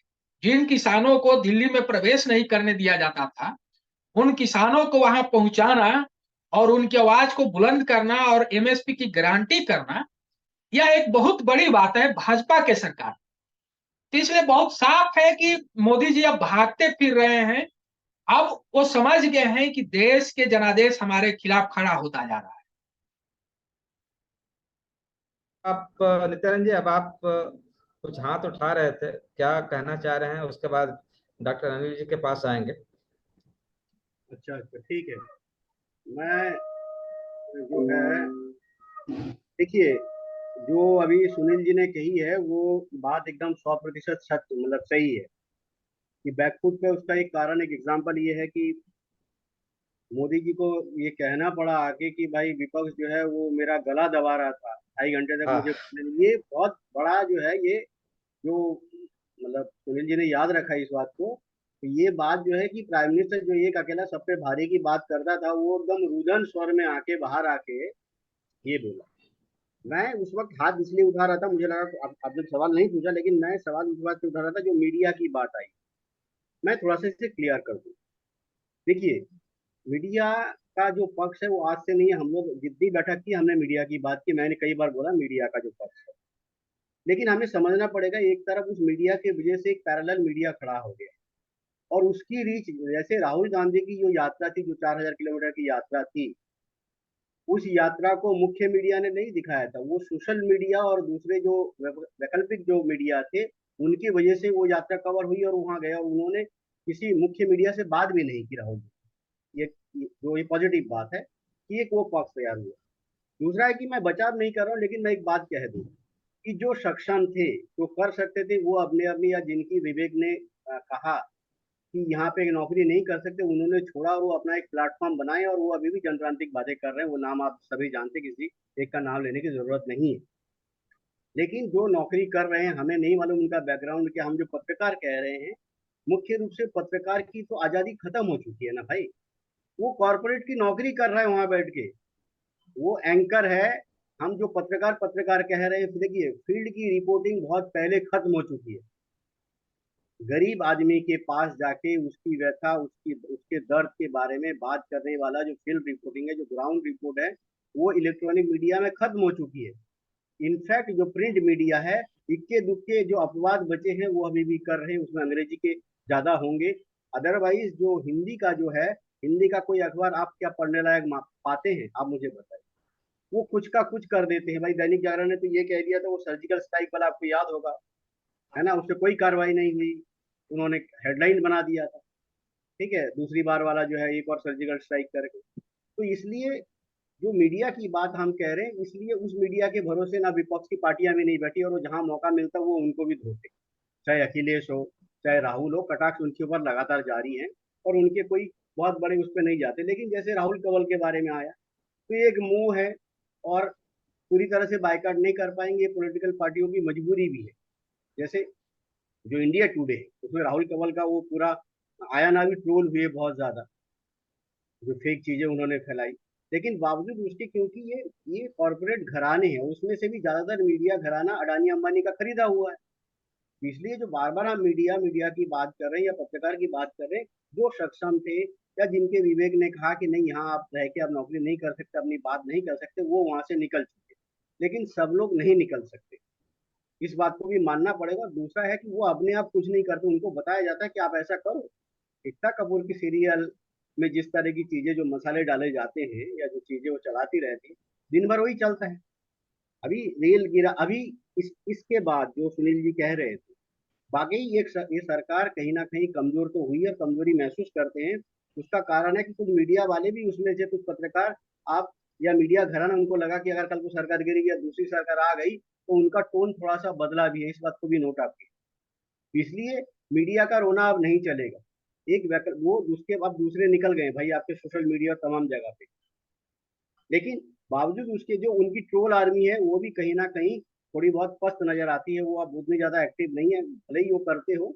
लेकिन आप देखेंगे पिछले दिनों इलेक्शन के बाद से कौन सी चीजें ट्रेंडिंग पे रही, जो ज्यादा ट्रेंडिंग पे रही है चुनाव के बाद से, जो लोकसभा चुनाव हुए हैं, उसमें ट्रेंडिंग ज्यादातर विपक्ष की जो मुद्दे थे वो ट्रेंडिंग करते रहे, वो ट्रेंड करते रहे। तो इसलिए ये नहीं चलेगा। जो मेरा सवाल था, जो आपने पूछा था, उसका है कि मैंने पूछा था कि ग्राउंड में क्या, जैसे ममता की दो रैली हो गई, ममता बनर्जी ने यहाँ दो रैली की, आपने देखी अभी जो जुलाई में इनकी जो रैली थी, अ, उसमें देखिए सैलाब था, जनता का सैलाब उसमें आया हुआ था। अखिलेश भी आए थे उसमें। हाँ, अखिलेश भी आए। तो आप देखिए कि उन्होंने जिस तरह की चीजें रखी, तो इनकी दो रैली यहाँ हो चुकी है। लेकिन ऐसे यूपी में या दूसरी जगह, वो सवाल मैं पूछ रहा था कि क्या लगातार जो अपने वोटर हैं, जो लोग हैं, उनसे किस तरह के मुद्दे पार्लियामेंट में बोल रहे हैं। मैं अभी भी कह रहा हूँ, जैसे पार्लियामेंट में हो सकता है कि गांव में दूर तक सोशल मीडिया वो नहीं देखते होंगे, जो वर्ग है, जिस मीडिया की बात आप कर रहे हैं, हो सकता है वहाँ रिपब्लिक टीवी चलता हो सकता है वहाँ जी टीवी चलता हो, जो सत्ता के पक्ष में काम कर रहे हैं लगातार, मान लीजिए। अगर वो कर रहे हो और वो सिर्फ ये दिखाते हैं कि ओम बिरला ने क्या कहा, या उनका पक्ष दिखा रहे हैं कि कहाँ गलत है, उस तरह से पेश कर दिया, तो ऐसे में कि ग्राउंड पे या जो रियलिटी है, उसमें क्या हो रहा है इनके कार्यकर्ता, मेरा सवाल सिर्फ वो जिज्ञासा मेरी थी, क्या दूसरे प्रदेशों में ये हो रहा है कि नहीं हो रहा है, ये मैं। जी जी, एकदम सही बात है। विघ्नेश जी, आप हाथ उठा रहे थे कुछ।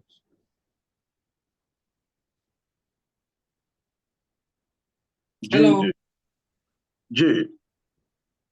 हेलो। हाँ, आवाज आ रही है। हाँ। नहीं, मेरा ये कहना था कि ये तो जनता तय करेगी कि क्या चलेगा क्या नहीं चलेगा, किस चीज का रोना चलेगा, किस चीज का रोना नहीं चलेगा। ये रोना वाली बात नहीं है। ये बात जो है वो उस चक्रव्यूह के विभिन्न व्यूहों की है। 7 व्यू थे उसमें, 7 व्यू थे उसमें। तो जब चर्चा होगी तो सारे व्यूहों की चर्चा होगी, और इसमें किसी को ऑफेंडेड फील नहीं करना चाहिए। और ऐसा भी नहीं है, अगर अल्टरनेट मीडिया की बात करते हैं तो यहां प्रधानमंत्री मोदी की कई मीटिंगें हुई अल्टरनेट मीडिया वालों से, जो नाच गाना करके दिखाते थे सोशल मीडिया पे, वो आज एजेंडा चला रहे हैं सरकार का। और अल्टरनेट मीडिया में भी कोई सारे लोग जो हैं वो अपना ओपिनियन सही दे रहे हैं या बहुत ही अच्छा रिसर्च करके दे रहे हैं, ऐसा कुछ भी नहीं है। बड़े से बड़े मुद्दे आके निकल जाते हैं और सोशल मीडिया पर भी उसको बताने वाला एक बंदा नहीं है, एक पत्रकार नहीं है। और छोटी सी बात को लेकर के उस पर दिन रात चर्चा करने वाले सोशल मीडिया में भी भरे हुए हैं। सवाल ये पैदा होता है कि हमारी प्रायोरिटी क्या है। हम जमीन पे काम कर रहे हों, मान लीजिए विपक्षी पार्टियां जमीन पे काम कर रही हैं, लेकिन अगर उनके प्रभाव में 40% ही लोग आ रहे हों या 30% ही लोग आ रहे हों, और वो आपके भीड़ में तब्दील हो चुके हैं, जो भीड़ कांवड़ लेकर के कभी पुलिस वालों को मार रही है, कभी पब्लिक को मार रही है, कभी कुछ और कर रही है, और उसकी रिपोर्टिंग बहुत ही सहज तरीके से दो शब्द दो दो पंक्तियों में कर दी जा रही है, तो फिर इसका मतलब क्या रह गया? फिर रिपोर्टिंग किस बात की? वहां कितने क्विंटल गांजे की खपत है, वहां कितने क्विंटल भांग की खपत है, वहां कितने ड्रग्स के सप्लाई हैं, इसमें कौन बात करेगा? इसमें क्या कोई तीसरा पक्ष आएगा बात करने के लिए कि नहीं भैया, इनकी तो हमारी तो जितनी जिम्मेदारी थी उतनी हमने कर दी बात, बाकी बातें जो है वो किसी तीसरे से जान लो। मीडिया का बिहेवियर इस प्रकार हो गया है, सोशल मीडिया का भी।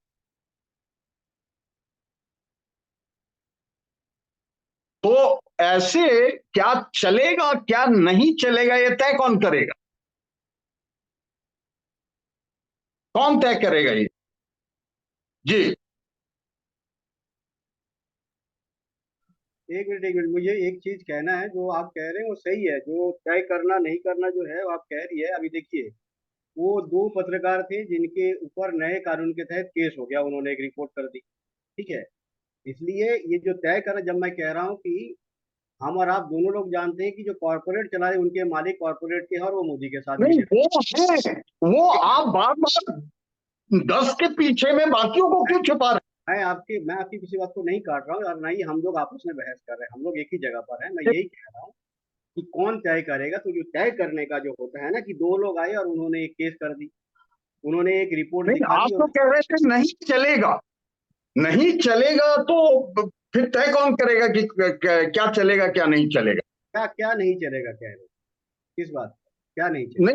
आप अपने, जब रिकॉर्डिंग होगा नहीं आ नहीं, हम जाएगी ये तो कह आप रहे थे कि अपने जो बातों को मीडिया का, रखिएगा। हम कह रहे थे, सुनिए, हम ये कह रहे थे इसमें ना तो कोई ओफेंडेड हो रहा है ना डिफेंडेड हो रहा है। पहली बात तो यहाँ प्रतिपक्ष तो बैठा हुआ नहीं, पहली बात तो let me clear very much, ठीक है। पहली बात तो ये है कि हमने एक पक्ष रखा कि मीडिया का वो पक्ष है, तो यहाँ पे ओफेंडेड होने का मेरा तो है ही नहीं मीडिया। मैं जो बात कह रहा हूँ वो ये कह रहा हूँ कि अगर जो विपक्ष की पार्टियां हैं, क्योंकि हम लोग जो यहाँ बैठे हैं हम भी विपक्ष में ही बैठे हैं, सत्ता के विरोध में ही सारे लोग बैठे हैं ना। रिकॉर्डिंग देखने और उसका नहीं है दिक्कत, है कि वो मीडिया जिसको सत्ता कंट्रोल कर रही है, तो वो सत्ता के, जिसको वहां से विज्ञापन मिल रहा है, जिसको करोड़ों रुपए का विज्ञापन सत्ता दे रही है, उसके जो पैंकर पहले पाले हुए हैं, आप उस मीडिया से अगर उम्मीद रखते हैं तो उसमें तो कुछ नहीं कह सकते कि कौन तय करेगा। भाई तय तो वो करेगा जिनका कोई नहीं देख रहा है, जिनको दिया गया बिठाया गया है। दूसरी बात है कि जो प्रधानमंत्री मोदी ने जिन इन्फ्लुएंसर के साथ किया था, जो यूट्यूबर जो नाचने गाने वाले हैं, बेशक वो कर रहे हैं और तमाम लोग कर रहे हैं।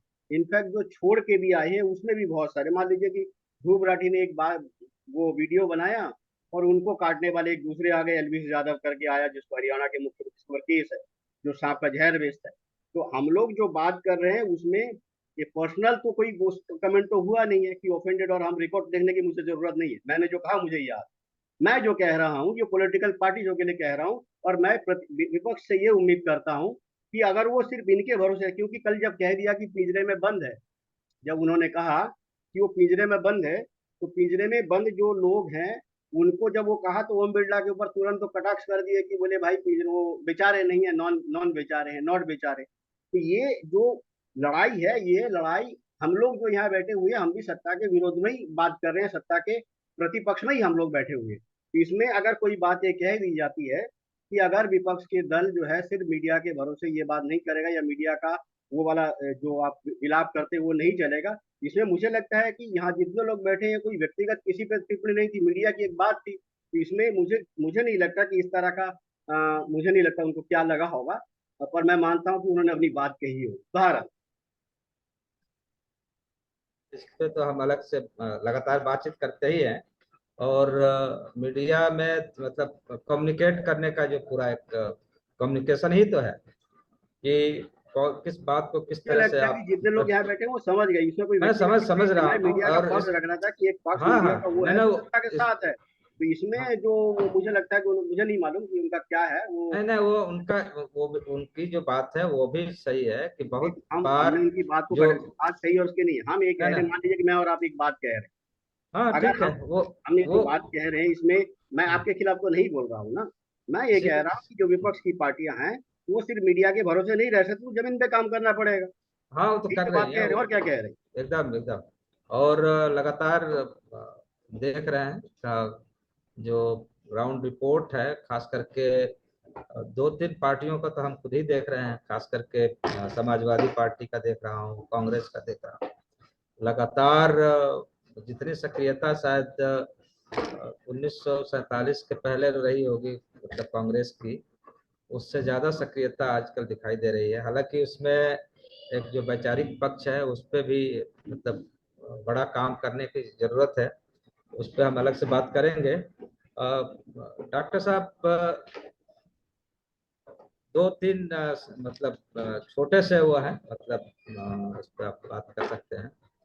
एक तो जिस पे शुरुआत हुई थी जो चक्रव्यूह की मतलब रचना, और उस पे कौन कौन से मुख्य जो एक प्रतीक के रूप में ही है, मतलब अडानी है तो केवल ये थोड़े है कि अडानी के अलावा और कोई नहीं है या अंबानी के अलावा कोई नहीं है, लेकिन हाँ ये प्रतीक है और एक नियंत्रक की भूमिका में है। अब क्या आपको लग रहा है कि पूरा का पूरा खेल जनता को समझ में आने लगा है? दूसरा कि जिस धार्मिक आधार पे मैंने उन्माद फैलाने की कोशिश हुई, वहीं से जिसको आधार बना के कोशिश हुई वहीं से बीजेपी हारी है। चाहे अयोध्या हो, चाहे चित्रकूट हो, चाहे बद्रीनाथ हो, या और तमाम जगहों पे हारी है। तो क्या ये मान लिया जाए कि अब जनता ने उनके व्यूह रचना को समझ लिया है और ये जान लिया है कि ये केवल और केवल किस खास वर्ग के लिए या कहिए एक्सक्लूसिव समाज के लिए वो काम कर रहा है। एक्सक्लूसिव का मतलब आप बस मुट्ठी भर जो चंद मुट्ठी भर लोग हैं जिसके बारे में सुनील जी बात कर रहे थे, 3% लोगों का, 4% जो भी 5% भी मान ले, तो बाकी लोगों का क्या होगा? पहला, क्या अब उनको एक नारकीय जीवन में ढकेला जा रहा है, या अब ये अभिशप्त हो चुका है कि नहीं अब जो हम सबको तो कुछ नहीं कर सकते, या तो दंगा करवाएंगे या लड़वाएंगे या मरवाएंगे या मतलब उन्माद फैलाएंगे, केवल और केवल वही एक रास्ता बचा है इनके पास, या अभी भी कुछ सुधार की गुंजाइश है? हिम्मत जी, आपने बड़ा बेबाक प्रश्न किया है जी और आप शायद इसके एक खुले उत्तर की अपेक्षा करते हैं। जी दो बातें हैं। मैंने शुरुआत में ही कहा था कि भेड़िया कभी भी मांस खाना नहीं छोड़ता, वह खाएगा ही।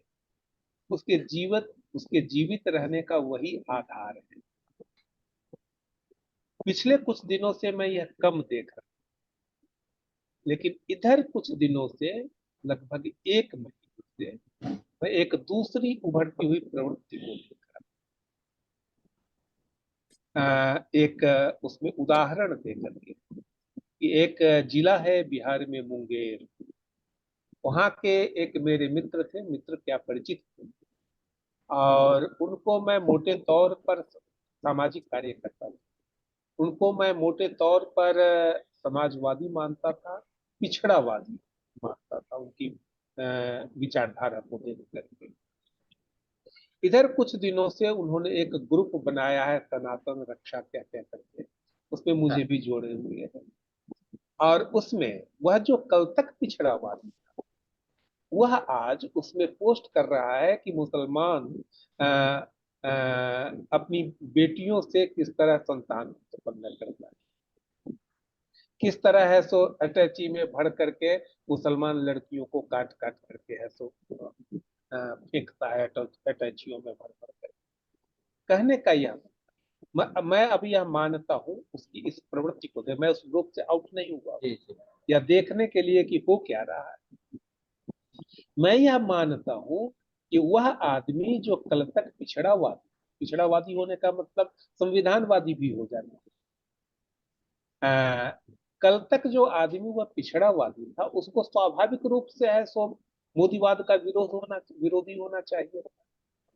लेकिन अब उसको शायद, मैं अंदाज करता हूं, मुझे पता नहीं, कि अब शायद उसको कुछ पैसे दे या उसको कुछ पैसे मिल रहे हैं, जो भाजपा इस तरह लगातार करती है।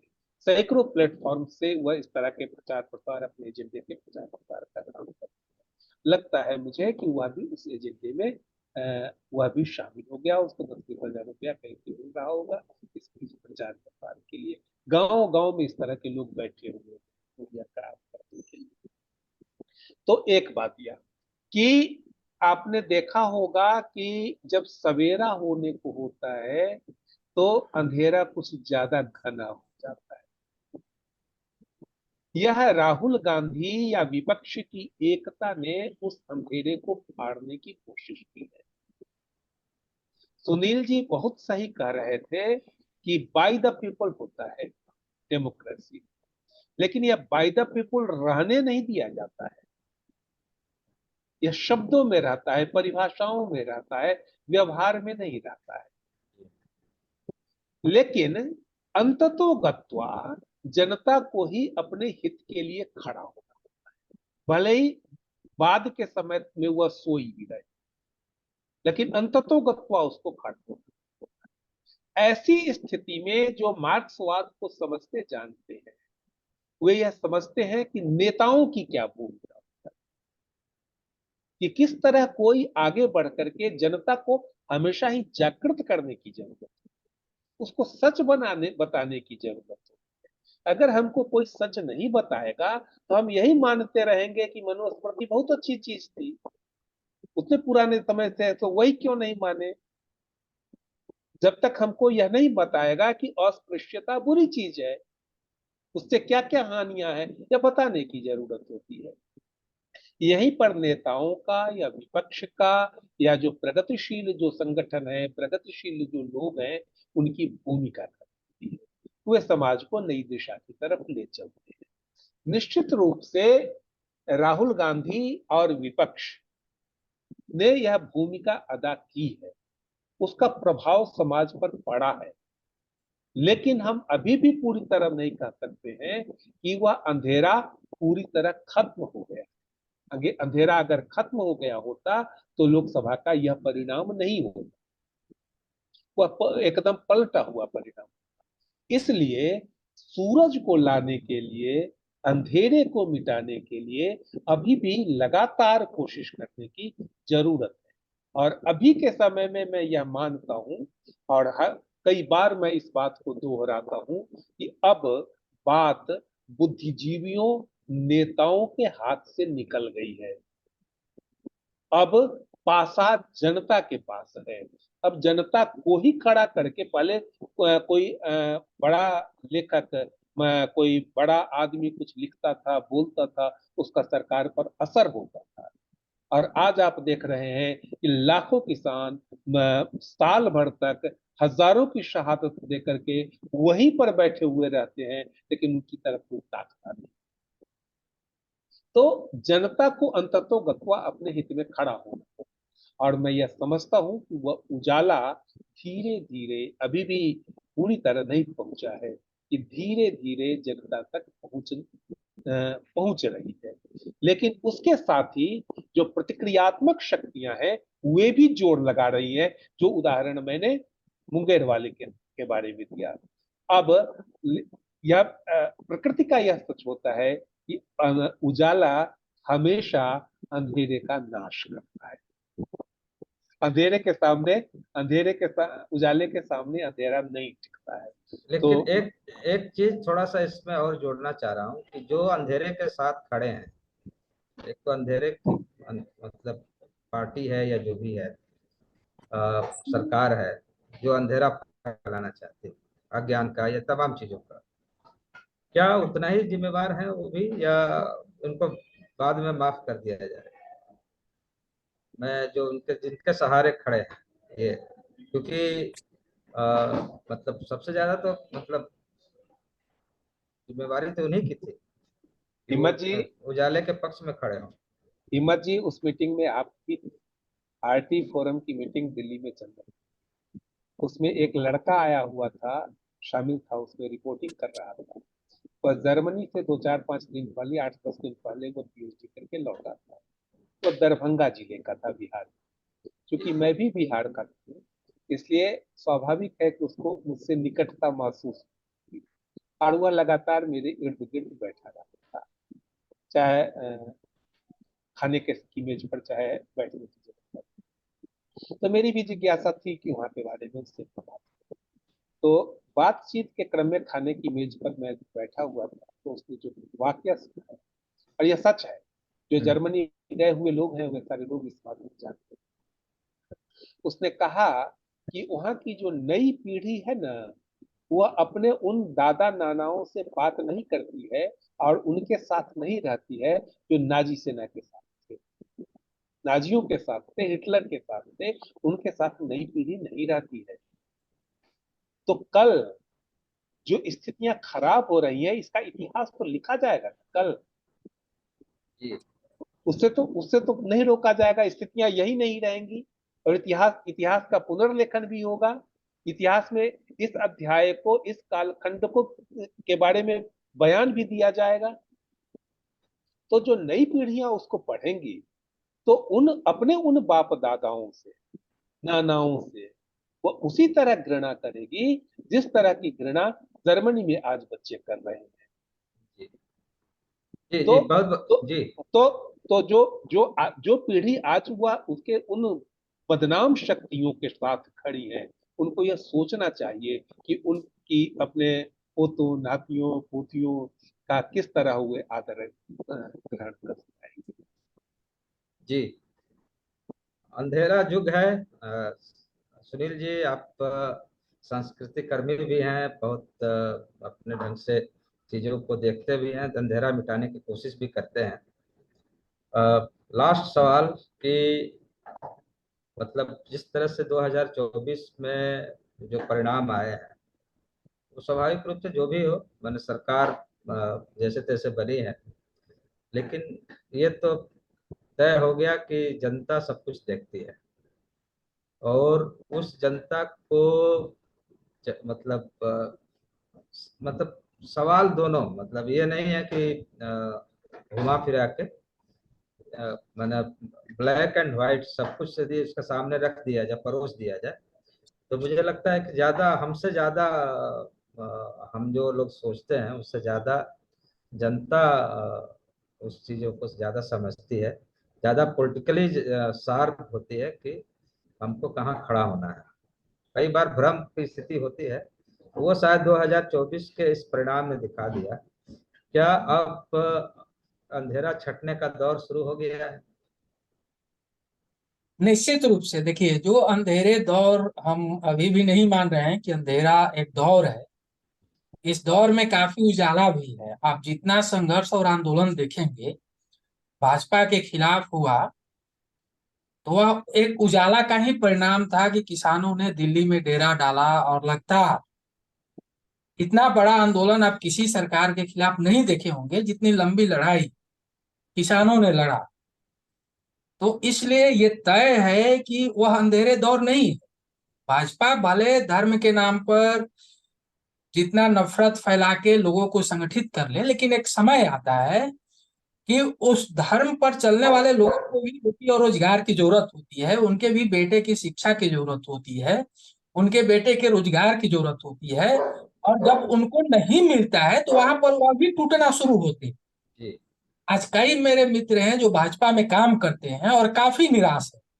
कई लोगों ने इस्तीफा भोजपुर में ही इस्तीफा दिया कि यह सिर्फ नौटंकी कर रहा है, सब रोटी और रोजगार से इसको कोई मतलब नहीं है। क्योंकि ऐसा नहीं है कि 14 में लोगों ने लाया था तो सिर्फ धर्म के आधार पर लाया था, उसमें रोटी और गवर्नेंस का रोजगार मामला की था। भी चिंता लोगों की थी। और गवर्नेंस जब का मामला था। जी जी। और जब रोटी और रोजगार नहीं मिला लोगों को, तो लोग फिर कम बैक हो रहे हैं। क्योंकि जनता तो मेहनत करती है और हर दिन वो झेलती है जो संकट है। इस देश के जो आर्थिक संकट है, जो शिक्षा के क्षेत्र में संकट है, रोजगार के क्षेत्र में संकट है, खेत में बीज और पानी किसान का सवाल संकट है, तो वो हर दिन झेलती है और उससे मुक्ति का रास्ता भी तलाशती है। तो हमको लगता है कि एक बहुत ही उजाले दौर भी है उस अंधेरे के खिलाफ। जनता जिस तरीके से उसके खिलाफ लड़ रही है, आप देखिएगा कि जनता ही लड़ रही है। आप कहीं भाजपा का लीडर जो है अब जाने में डर रहे हैं, बयान देने में डर रहे हैं। भले जोगी जी कांवर उठवा ले, लेकिन जोगी जी काफी सहमे हुए हैं। दूसरे स्टेट में इस तरीके का नहीं है, एक उत्तर प्रदेश ही है। लेकिन उत्तर प्रदेश में जिस तरीके से योगी जी हारे हैं लोकसभा चुनाव, और 13 जो चुनाव हुआ उसमें जो जिस तरीके से हारे हो, तो इससे तय है कि जो उजाले दिन है भारत के, वो जनता ने पहचान लिया है और उस दिशा में जनता चल रही है। जी जी। अब जो राजनीति करने वाले लोग हैं या जो मीडिया के लोग हैं, अब उनकी जिम्मेदारी बनती है कि उस उजाले के पक्ष को सही तरीके से रखे जी एकदम सही कह और रहे उस हैं आप। सिस्टम को जी जो अंधेरा लाता है, उस सिस्टम को तोड़ने का, उस सिस्टम पर हमला करना और तोड़ना।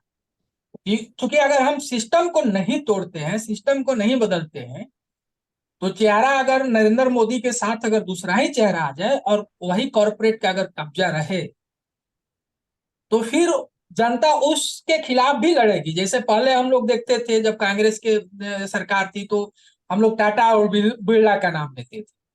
जब भाजपा की सरकार आई तो अडानी और अंबानी का नाम ले रहे। तो जरूरत इस बात की भी है कि उस सिस्टम पर भी हम लोगों को काम करना होगा, हमला करना होगा। जी जी। तभी जाके हम सही में एक उजाले की दिशा में बढ़ सकते हैं। जी एकदम सही कह रहे हैं। अब मैं इस पे खत्म करूंगा। ब्रेक की एक कविता है, बड़ा खूबसूरत सी कविता है। हाँ। सुनील जी अब दिख गए हैं तो शायद वो याद आ गई। पहले सरकार जो है अपना क्या बोलते हैं, उसको जब उसका एक शब्द है, मेरे दिमाग से तब निकल गया। भाई क्या जब वो? नहीं, सरकार जब अपना वो सिद्ध करती है ना, कोई भी कि हम बहुमत में है, क्या उसको बोलते हैं? अ, हाँ। अ, तो उसमें अभी दिमाग में था लेकिन बात बात में निकल गया। वो ये है कि जनता ने सरकार का भरोसा खो दिया है। हाँ। भरोसा। अब दूसरी जनता चुन लेनी चाहिए। हाँ, तो जनता सरकार ने की सरकार जिम्मेदारी का बनती है भरोसा कि कर, दूसरी जनता चुन ले। तो सरकार को चाहिए कि वो दूसरी जनता अपने को लिए, चुन ले। तो शायद वो जनता चुन लिया है सरकार ने। और उस जनता जो राहुल गांधी कह रहे थे कि वो 3% या 4% के लिए काम कर रहे थे, तो अब हम लोग जो 98% या 97% लोग हैं उसके पक्ष के लोग हैं, और उस पक्ष को कैसे और मजबूत किया जाए। स्वाभाविक रूप से एक मीडिया के तौर पे भी और एक सतर्क नागरिक के तौर पे भी हम सबकी जिम्मेवारी है। हम सब कोई पत्रकार या कोई इस तरह के पेशे से नहीं है सीधे सीधे, लेकिन एक सतर्क नागरिक होने के नाते ये हमारी भी जिम्मेवारी है कि सही पक्ष चुना जाए, सही प्रश्न भी चुना जाए। प्रश्न में भी बहुत सारे भ्रम बने रहते सही हैं। है। आप सभी का बहुत बहुत धन्यवाद। अनिल जी को से अभी अलग से हम बात करेंगे, जो शिक्षा वाला जो बजट है उसमें किस तरह से खेल हुआ है, और खास ठीक है, करके ठीक। जब शिक्षा नीति के आने के बाद किस तरह से खेल हो रहा है, कौन कौन सी योजनाओं के नाम पे किस तरह से बंदरबाट शिक्षा के क्षेत्र में भी हो रहा है, और असली मुद्दे से पूरा का पूरा ध्यान भटकाया जा रहा है। तो आप सभी का धन्यवाद।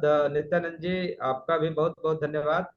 आप दिख नहीं रहे हैं, और शायद विघ्नेश जी अ, आवाज। मैं उजाला आने पे दिखूंगा।